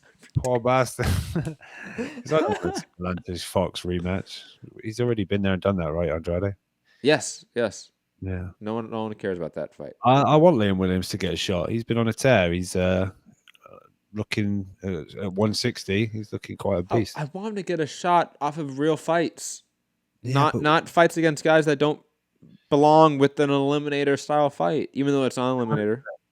But go through the rankings of that division, of that sanctioning body. That person doesn't really exist. Fuck so the sanctioning body. No, I know, but that's how it works. I know, but fuck how it works. Well, I can't make it work any different. I'm not saying Robert. I'm not saying that you need to make it work any different. I'm not saying that I expect it to, like, right now change. Yeah, but I'm never gonna accept the sanctioning body's paradigm of how they run the sport ever. Yeah, like, you know me. Oh no, I know. Yeah. I don't like the certain, the rankings or whatever and how it's worked, and you can kind of pay like suddenly there's an opponent nowhere near the list and they're fighting somebody, and so bang, update the rankings. He's number 4. Oh, he's a number 4 in the WBO. The best when they don't even do it. That's good then. He's number 4. The best when they just bump him to like 15, like just on like the bubble of the ranking because they only do 15, right? Yeah. And like Tom Schwartz, now he's ranked 15. It's like, yeah. Could you hide it a little better, make him like 11? I don't know, but yeah. So yeah, not great the way these things come about, but these guys can only fight who's in front of them, and if it means they get a shot at a title, yeah, whatever. But for Liam Williams, I think he's been, like I say, doing good things, and especially now he's moved up to 160. Let's talk about a fight that's for a belt now due to sanctioning body bullshit, but it's actually turned out to be a really good fight now due to a recent fight. Patrick Teixeira has been upgraded to the full WBO super welterweight champion as Jaime Munguia has vacated the belt, and he's now been ordered to fight Brian Castano in a rare Brazil versus Argentina world title fight.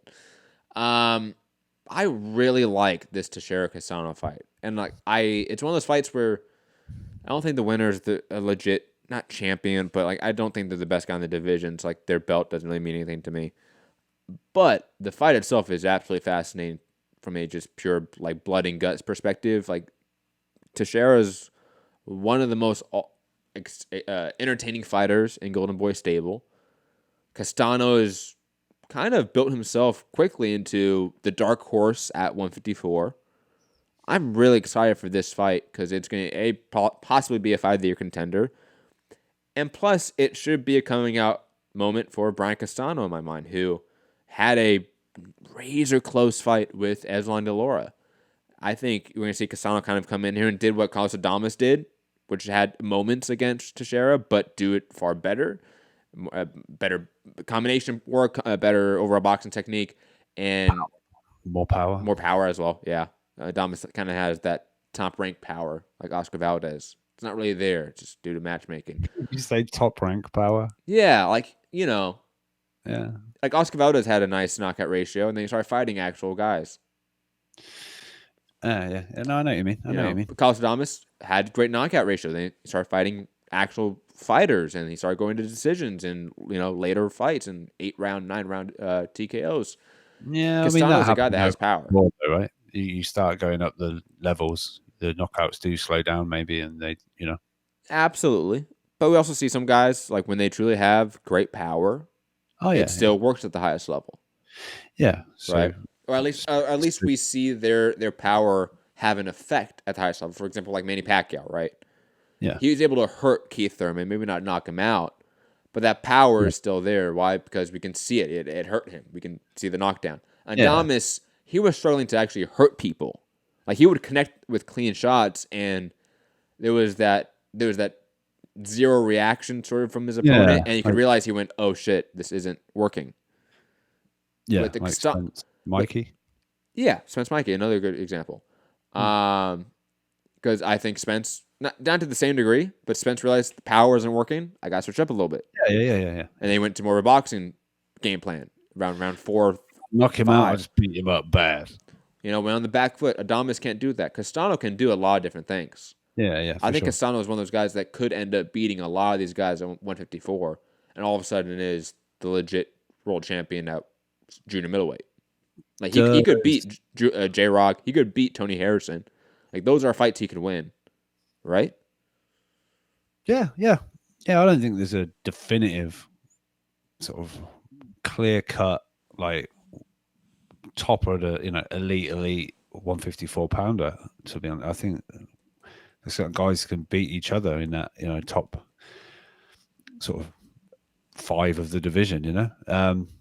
But not to potentially rain on your parade. But does this fight happen? Is Castano PBC? I think it does.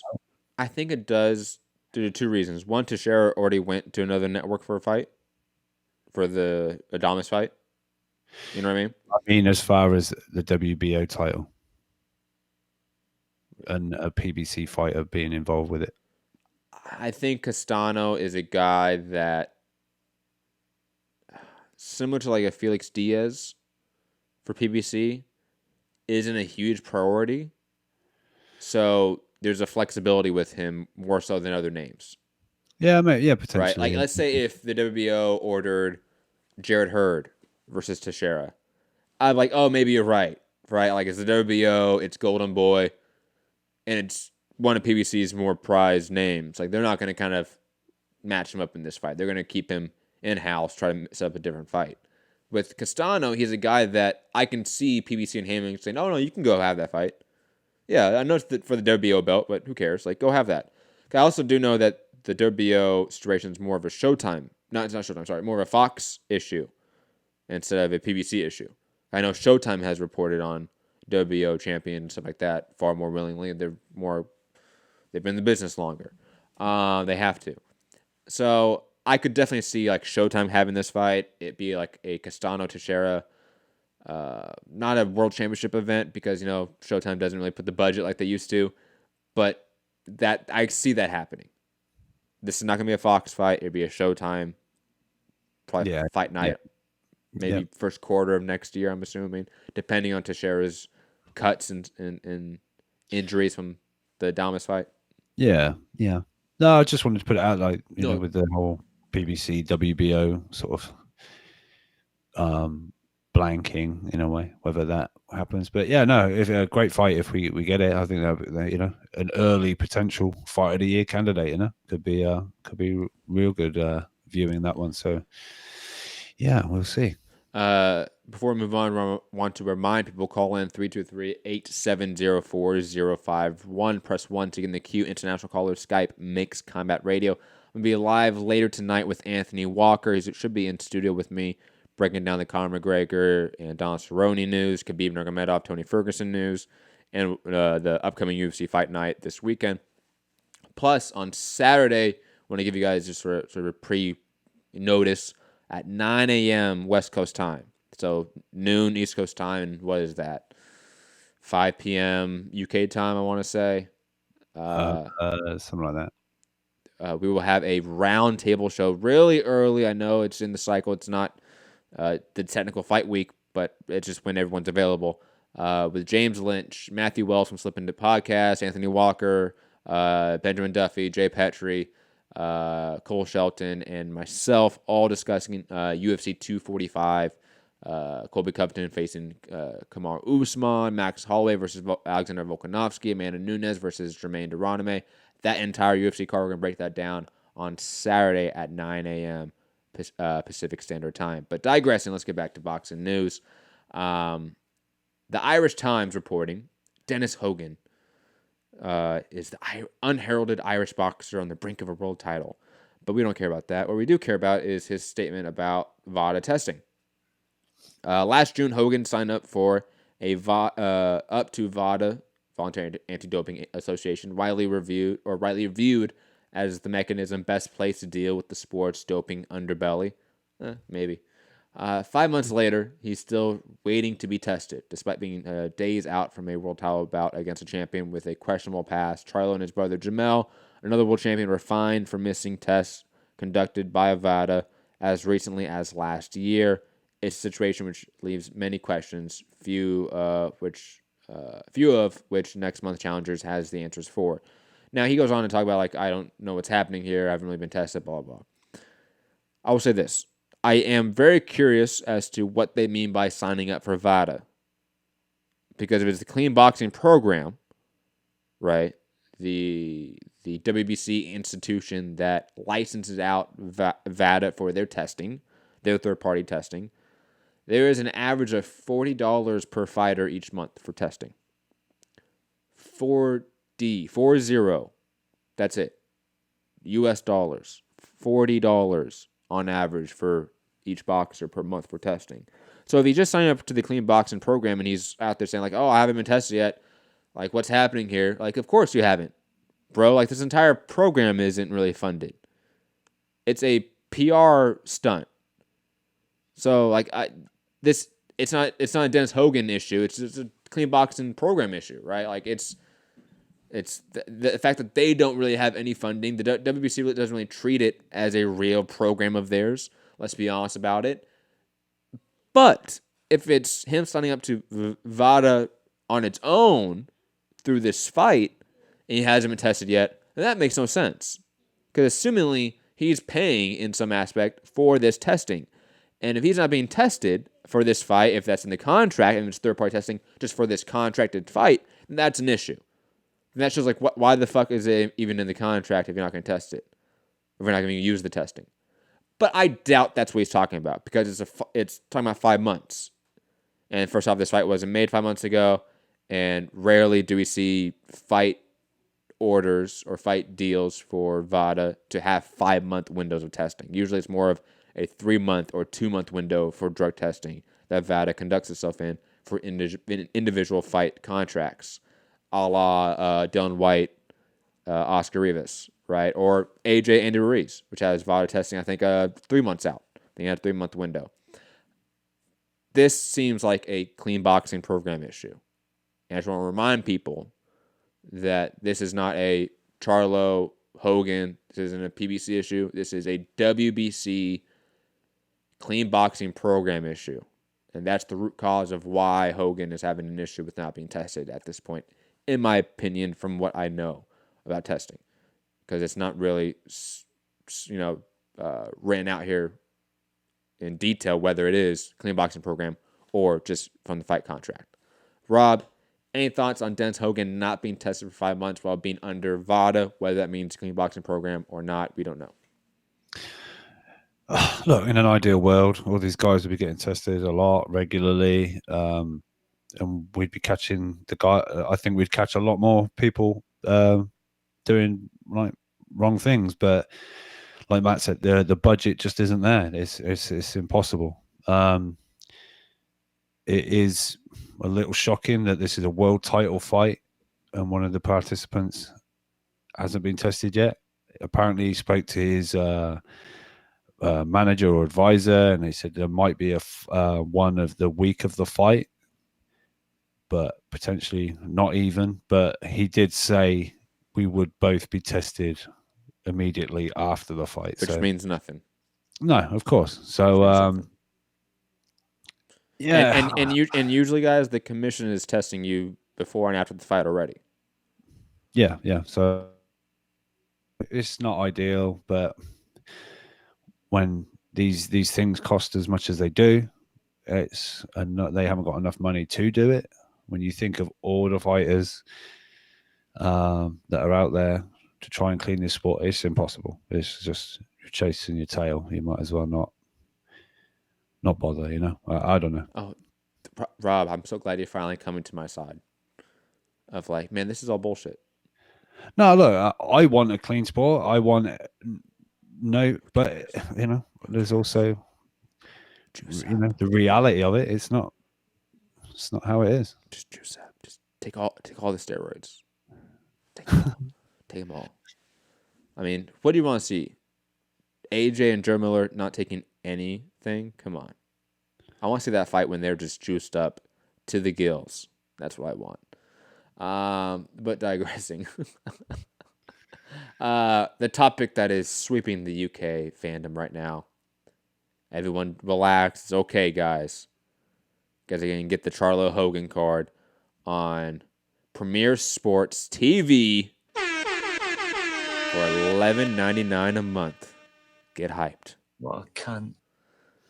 Don't worry, guys get Eubank, Matt Korboff. Channel 412 and 429 on your Skybox. Yeah. I was like, Premier Sports. Yeah, I've got that. That's on Sky.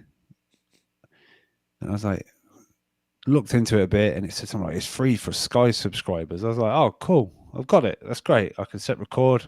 I ain't staying up for that, but I'll record it, and it's there. I haven't got to go on Daily Motion. And then I looked again, and it's like it's on the Sky package for free. But if you want to actually watch it, you then subscribe. You set up your subscription to Premier Sports. So it's £11.99 a month. So fuck that. I'll stick to the tape delay Daily Motion. Hold on. Rob, help me out the name pronunciation of this name, this Welsh name. I'm assuming it's Welsh. Wait, Karen Llewellyn. Llewellyn. But I'm right. That's Welsh, I'm assuming. Yeah. Look at me, cultured over here, saying what the fuck is more L's in it than anything. So yes, Welsh. Saying what the fuck is Premier Sports? Well, Llewellyn, it is the premier network for ice hockey in the UK. Get hyped. Yeah. So Premier Network clearly gets NHL rights for so £12 times 4 people, £48, £48 a month. They managed to get NHL rights in the UK. That's how they're running it. But yeah, no, I'm sorry that I thought cool. If that's a free channel, whether it's ITV, I'm a boxing fan. I want to watch some boxing.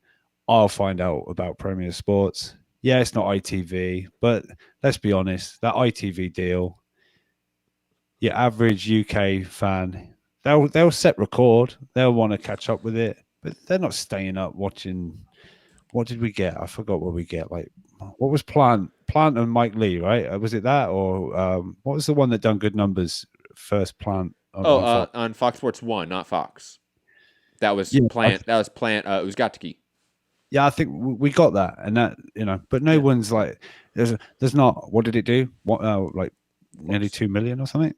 No. 1 point something. It peaked over 1 million, I want to say, but the Oh, average was 900. the average was around like 720 something, 750 Oh, something. right, okay, but that was not Still really matched. That was not matched this side of the pond. All right, it was fucking 4 a.m. or whatever it was, but I pressed record. I watched it the next day. Perfect. ITV, PBC Boxing. No looking for streams or not necessarily streams, but looking for daily motion videos of the fight, and it'll be like a good percentage of the card. Fantastic. And then we got Pacquiao. Was it Pacquiao Thurman? The last thing ITV did, and it's like, oh, what's happened to this ITV deal? And it's like, oh, it'll all come out once Eubank gets scheduled a fight. There you go. I think Eubank's fighting was apparently a deal with Eubank and ITV as well. So I think there wasn't. I know the way they framed it was a guarantee of certain amount of events, but I don't think there was a guarantee. I think they had just option, like it was a exclusive option rights of these fights. So like ITV, if they had first and last rights to all these PBC events in the UK market, and they just decided not to because why? They were in the business of Chris Eubank, not PBC. I think that's what it was. They wanted Chris Eubank to win that fight against James DeGale and then go on to have some remarkable career. He's done nothing since that fight. No. And I honestly don't even remember the fight. Like, I can't tell you who won it off the top of my head. Like, did DeGale win it, I'm assuming? I don't remember. No. I don't care. DeGale was washed and shit, right? Remember? Vaguely. We fight chat. Go scroll back. Watch it. Vaguely. It was a bad fight. It was not a good fight. We didn't talk about the fight after about 3 rounds. I'm pretty sure we just went off on tangents and then checked back in like live. Like, oh, what happened? Oh, yeah. Anyway, back to the weather. Yeah. So it was. But yeah, you haven't done anything since then. When was that? Like January? Was that January? I don't know if it was that early, but it was definitely the first quarter of this year. And he hasn't fought since then. And I think that's in large part due to the lack of attention that fight probably delivered in the UK. That fight delivered, period, overall. And I think ITV realized, would we put all this money into collecting rights for these events when they'll just get them on Sky or BT? Or if we don't pick them up, we don't pick them up. And oh well. It was February, by the way. We save that money for whatever it is that we're using it for. You know, I've used this example in the past, talking about like the difference of what a network could be thinking about in terms of budgeting. The Mandalorian, right? This hit TV show, Rob, right? That's come out, that's breaking the internet. Baby Yoda, spoilers, not really Yoda though, might be a clone. But he is everywhere, right? Biggest TV show in the world right now. I think that's what they're reporting, right? Like a lot of outlets are reporting that. That show cost them $10 million an episode to produce. So it's $80 million it is the production cost of that show, not including marketing. 2 Canelo fights gets you basically that amount, right? If you're DAZN, right? So imagine if you're ITV and you have to pick up, let's say, 15 PBC events. That's going to add up quickly. And I think they're looking at that. We can just produce some other content that's going to give us a lot more eyeballs on our channels and is for a wider audience for that same price or half that price. And I see a lot of networks picking the more mainstream entertainment content instead of fist fighting, because fist fighting is still pretty niche as a product, I would say. Rob, any other thoughts though on this?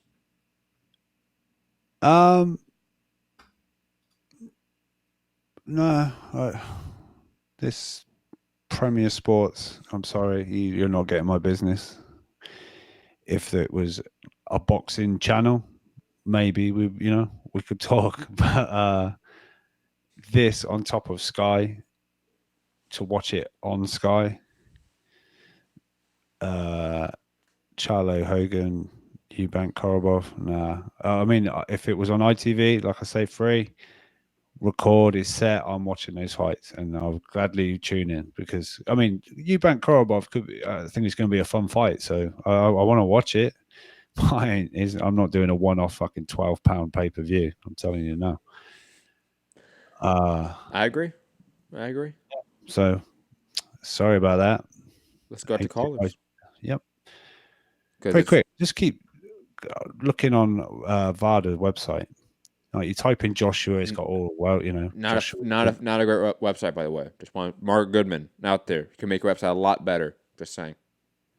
Yeah, and then I typed in Charlo, and it says sorry, there are no results for this. And I typed in Dennis Hogan. I'm sorry, there are no results for this. Typed in Deontay Wilder. It just says congratulations to Deontay Wilder for successfully completing VADA.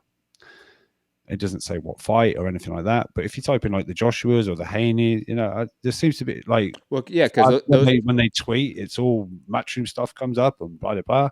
There's never PBC stuff or because they're not gonna. The way it's structured, if VADA gets licensed out by a promoter for a certain fight, their levels of advertising about that work is different than, let's say, a deal with the WBC that is combining 150 plus fighters, let's say, or how many fighters are ranked by the WBC, right?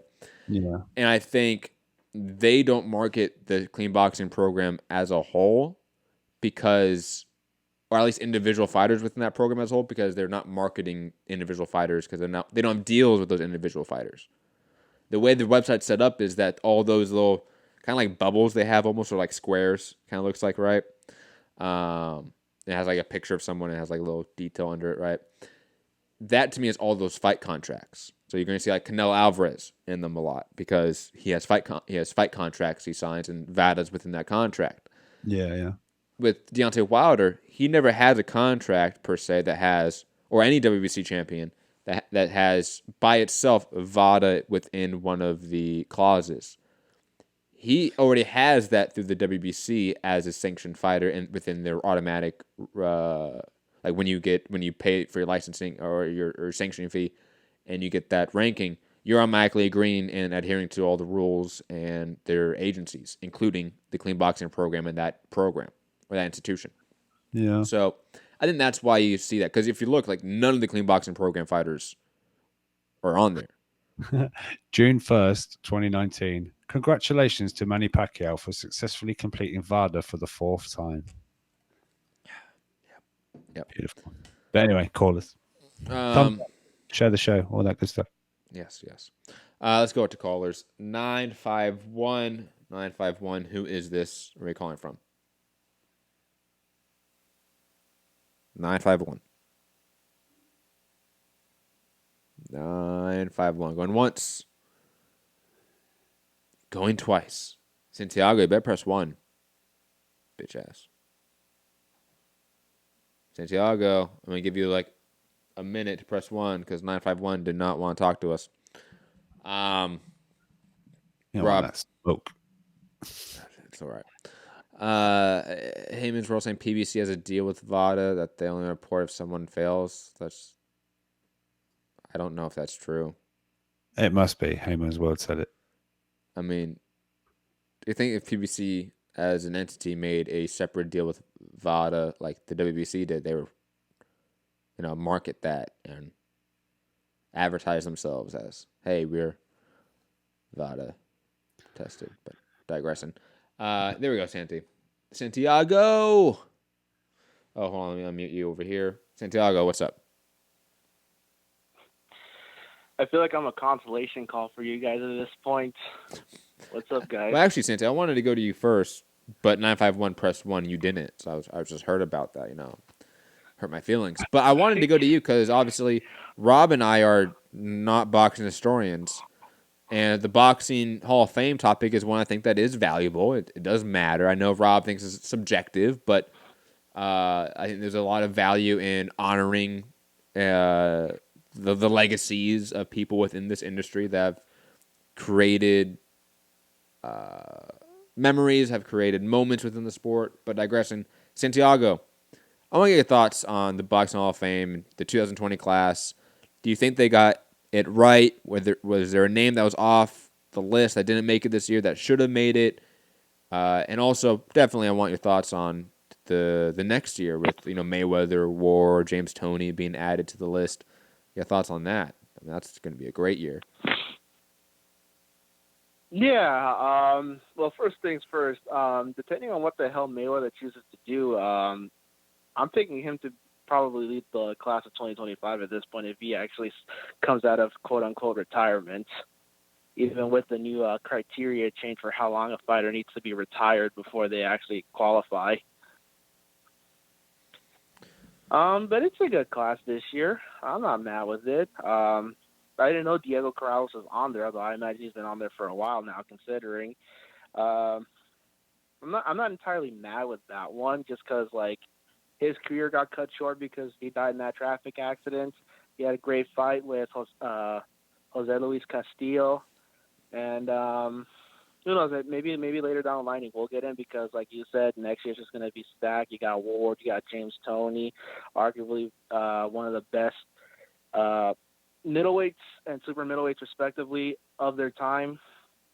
And I could imagine there's probably a few names on there. I'd have to really look back to see which fighters have and haven't made it onto the list, because obviously we've got a bit of an asterisk when it comes to adding certain fighters. I know a lot of people.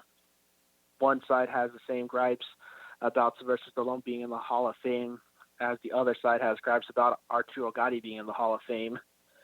For Rob, I'd just be like, who do you feel better about being in the Hall of Fame at that point? Sylvester Stallone or Arturo Gatti? Out of those two, who would I rather was in? No, they're both in. Who do you feel better about? Oh, I've always liked Gatti, so I'm good with that. I'm definitely not in the camp that oh God, he'd be in the Hall of Fame. It's a travesty. It's like, come on, man. Okay, in which case, who do you feel better about then? The fictional boxer or the real boxer? Oh, I feel way more upset about Rocky Balboa being in the Hall of Fame. Obviously, that's ridiculous. That just makes no sense. I get why they did that, because Rocky is probably, in terms of names that technically even fictional or non-fictional characters that put on boxing gloves, he's one of the more well-known ones, I guess, because the movies. Again, I guess, but it's a Hall of Fame for athletes and the sport of boxing. Is he in what category of the Hall of Fame is he in? Because that would maybe change my answer, to be honest. What do you mean? Because I know he's not in as a fighter. There's non-combatants and there's I think there's different designations. Obviously, Lou DiBella and Kathy Duva aren't in the same wings of the Hall of Fame as certain fighters, or fighters as all, because the fighters are fighters. Plus, there's the Pioneer era, which is its own separate wing of the Hall of Fame, and the Modern era, which I forget I don't know what the cutoff is. I forget. If Rocky Balboa is in the Pioneer era of boxing, I'd be like, no, wait, hold on, this is bullshit. If he's in the wing of the Hall of Fame with Lou DiBella and promoters and media members, yeah, who cares? Services to boxing or something. Yeah, I'm okay with that one. I'll be honest. Because if he was a fighter, he would have missed a lot. Matt's gonna have a show just about how much of a shit that is and be more in line with Rob at that point. Maybe. Santi, what else you want to talk about? I'll probably make my own little list later. Maybe we can have a show about that, about fighters that have qualified for the Hall of Fame that aren't on there, and either why they do or don't deserve to be on there. I think that'd be a fun show to do. I've already finished my top 20 list for the heavyweight show, so reach out to me later about when you want to do that. And whenever Gary's back in town, by the way. Gary's not back in town until next week. Did Santi make a pick for this weekend? Well, I think he made a pick on the show, the actual show we did, talking about that. Did he? I think you did, Santi. I don't remember. All the shows blur into one. Santi, did you pick out of Ruiz and Joshua? Yeah, I picked Ruiz. Yeah. Well, thanks for Anyways, I'm not surprised about the low attendance numbers. Obviously, like you said, you got to look at the gate, and like I've always personally been curious about like how it does when a fight is in theaters, because I think I mentioned in the previous show, and I don't know if I did or didn't. 2 of the theaters in Universal Studio were sold out when I was looking for tickets, so it seems to have a draw. I think depending on how accessible it is, because obviously there's like, you know, paying $25 at the theater versus paying $75 at home, and then obviously the gate, you have the different ticket values and whatnot. So I'm curious as to know what those particular numbers would be at that point, because $275 I imagine is pretty low considering, but like you said, Matt, that's basically a loss leader at that point. I think they're really banking on the rematch between Tyson Fury and Wilder to really like make up the difference in the long haul with the promotion, the campaign, the talking that both men will do at that point. And I am more surprised to hear that they may not upcharge that price. Like if they actually keep it at $75, and if they make it accessible in theaters too, like the eyes that they could have on that fight would be massive. Because it's a joint pay-per-view too, right? Yeah, that's the plan. Yeah, so what are your thoughts on the accessibility for the rematch? I mean, in my mind, the accessibility is not really different versus I'm trying to think of like maybe a good parallel, like maybe like Canelo, maybe Chavez, you know, in terms of the amount of theaters that have it, the overall push it would receive. You know, I think it would be in line with that instead of, let's say, like a Mayweather-McGregor, Mayweather-Pacquiao, which was in a ton of theaters nationwide. I forget the exact figures for that. But I expect it to be, you know, a fourth or a fifth of some of the Mayweather sort of overall theater numbers in terms of just access points and how many theaters have it and overall revenue. Yeah, I figured as much. Yeah, and so I don't have many much thoughts of that. Again, we kind of figured as much as it was going to be on the low end because everyone kind of already had an idea of what to expect with this particular rematch. Both fights were meant to be stay busy. One was a little bit more, 2 were a little bit more impressive than the others, considering. And at this point, I just wait for the rematch at this point and see how everything plays out. What were the other topics you guys had aside from the Hall of Fame discussion? And Canelo, Saunders, Teixeira, Castano. I'm trying to remember what else we had. Those are the 2 biggest I remember. Yeah, I'm excited for Teixeira, Castano. Like when I was watching the Adams fight, I was actually rooting for Teixeira mainly on the fact that even though Adams hadn't lost, Teixeira to me had the better loss in Curtis Stevens, you know, and we showed that he kind of learned how to deal with a guy that likes to be the bruiser, come forward, like try to like get you out of there. And the Castano fight's gonna be fun, man, because arguably, you know, people have Castano beating Lara, and Lara's I would say is still considerably better than Teixeira in my opinion. So it'll be very interesting to see as like a first title defense for this guy, like how he handles that kind of pressure, because he can do a little bit more.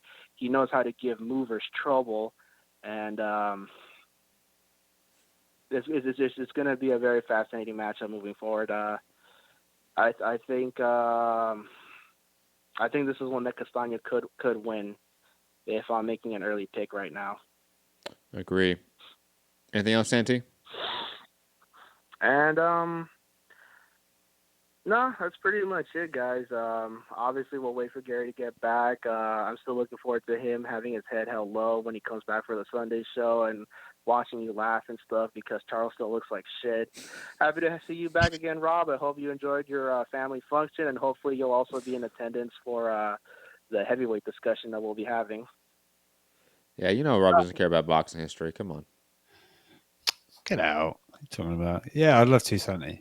We'll see when it is. By the way, I can't do a live fight chat this weekend. I can't do it. I think there's a live fight party here. Are we having a fight party over there? Chateau Weatherall. And Robbie Hearns having a fight party. I can't. I won't be talking. I'm too fucked up about this fight. But yeah. And just to clarify in the chat, phone lines are only open for 2 hours, just because that's how it would cost me a lot more per month to have a 3-hour phone line open. But Skype is always available. So Skype mixedcombatradio.com. But if you're an anti-Semite, you're not allowed to call in like Heyman's World and complain about Jewish conspiracies. Sorry, Heyman's World. Phone lines aren't open to you. Stop being a bigot. But that's about it for the show, Rob, unfortunately.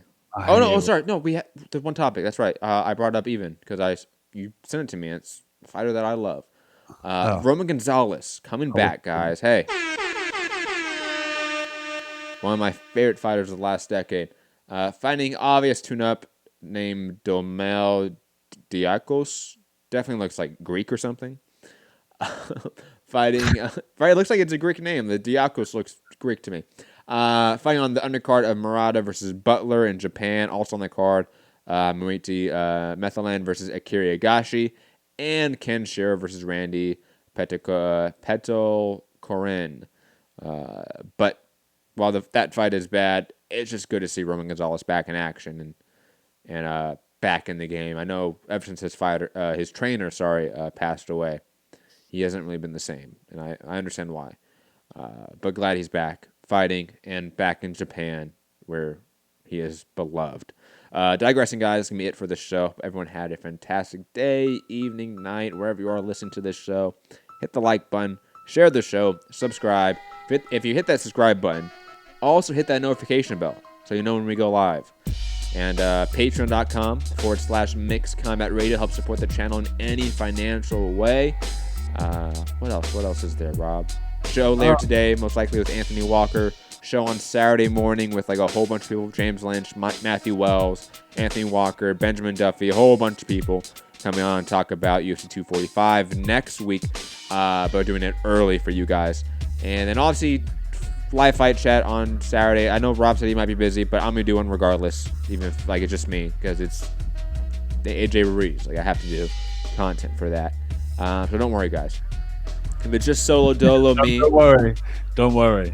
Don't worry. We're gonna give you content and a show on Saturday. Don't worry, guys. I know you guys were sweating there. It's okay. When Rob said he could not be on, everyone instantly thought, "Oh, Matt's gonna take the day off." Don't worry, I'm here. You did say that on Twitter. If I could do it on my own, you'd like to have a Saturday off.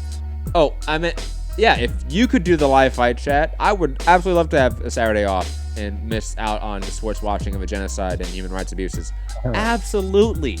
But it's just me, and you guys need content, and this is the industry, and it sucks sometimes. But it's still a good fight. But it's been used to, again, sports watch a genocide. It's a weird world we live in, guys. Find me, Matt Hunter, MCR, on all social media platforms. Rob? Even more weird world that we live in. The ring that's being used for Joshua Ruiz has come all the way from York Hall. It's been there for 10 years. It's been taken over to Saudi Arabia. It has been set up for the public workout. It is then being taken to the Diriyah Stadium thing. Being extended to a 22-foot ring. After the fight, it's being taken down because the tennis court's going in for some tennis thing. But that ring is then going to the Prince's Palace, erected in the palace, where it will remain for the rest of its life. Blood on the canvas, whatever it is the prince's souvenir of the fight. The prince in Saudi Arabia? One of the princes? Yes. Yeah, not the other prince in the UK that's facing some issues right now with the whole Epstein shit. Not that prince. No, not that prince. It's not coming back to the UK. Okay. Mind you, it's just great when you have a event that is literally washing away the blood that your country is spilling, to have a souvenir that has blood on it. How lovely of them.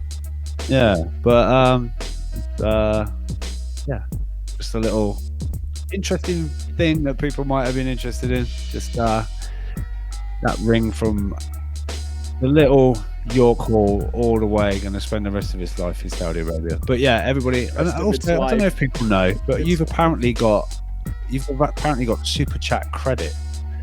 If you've got, what do you call it, like the subscription to YouTube? If you're a YouTube premium member, you have a free $2 to give to any content creator you like out there on YouTube in the super chats. YouTube is giving you $2 to give away.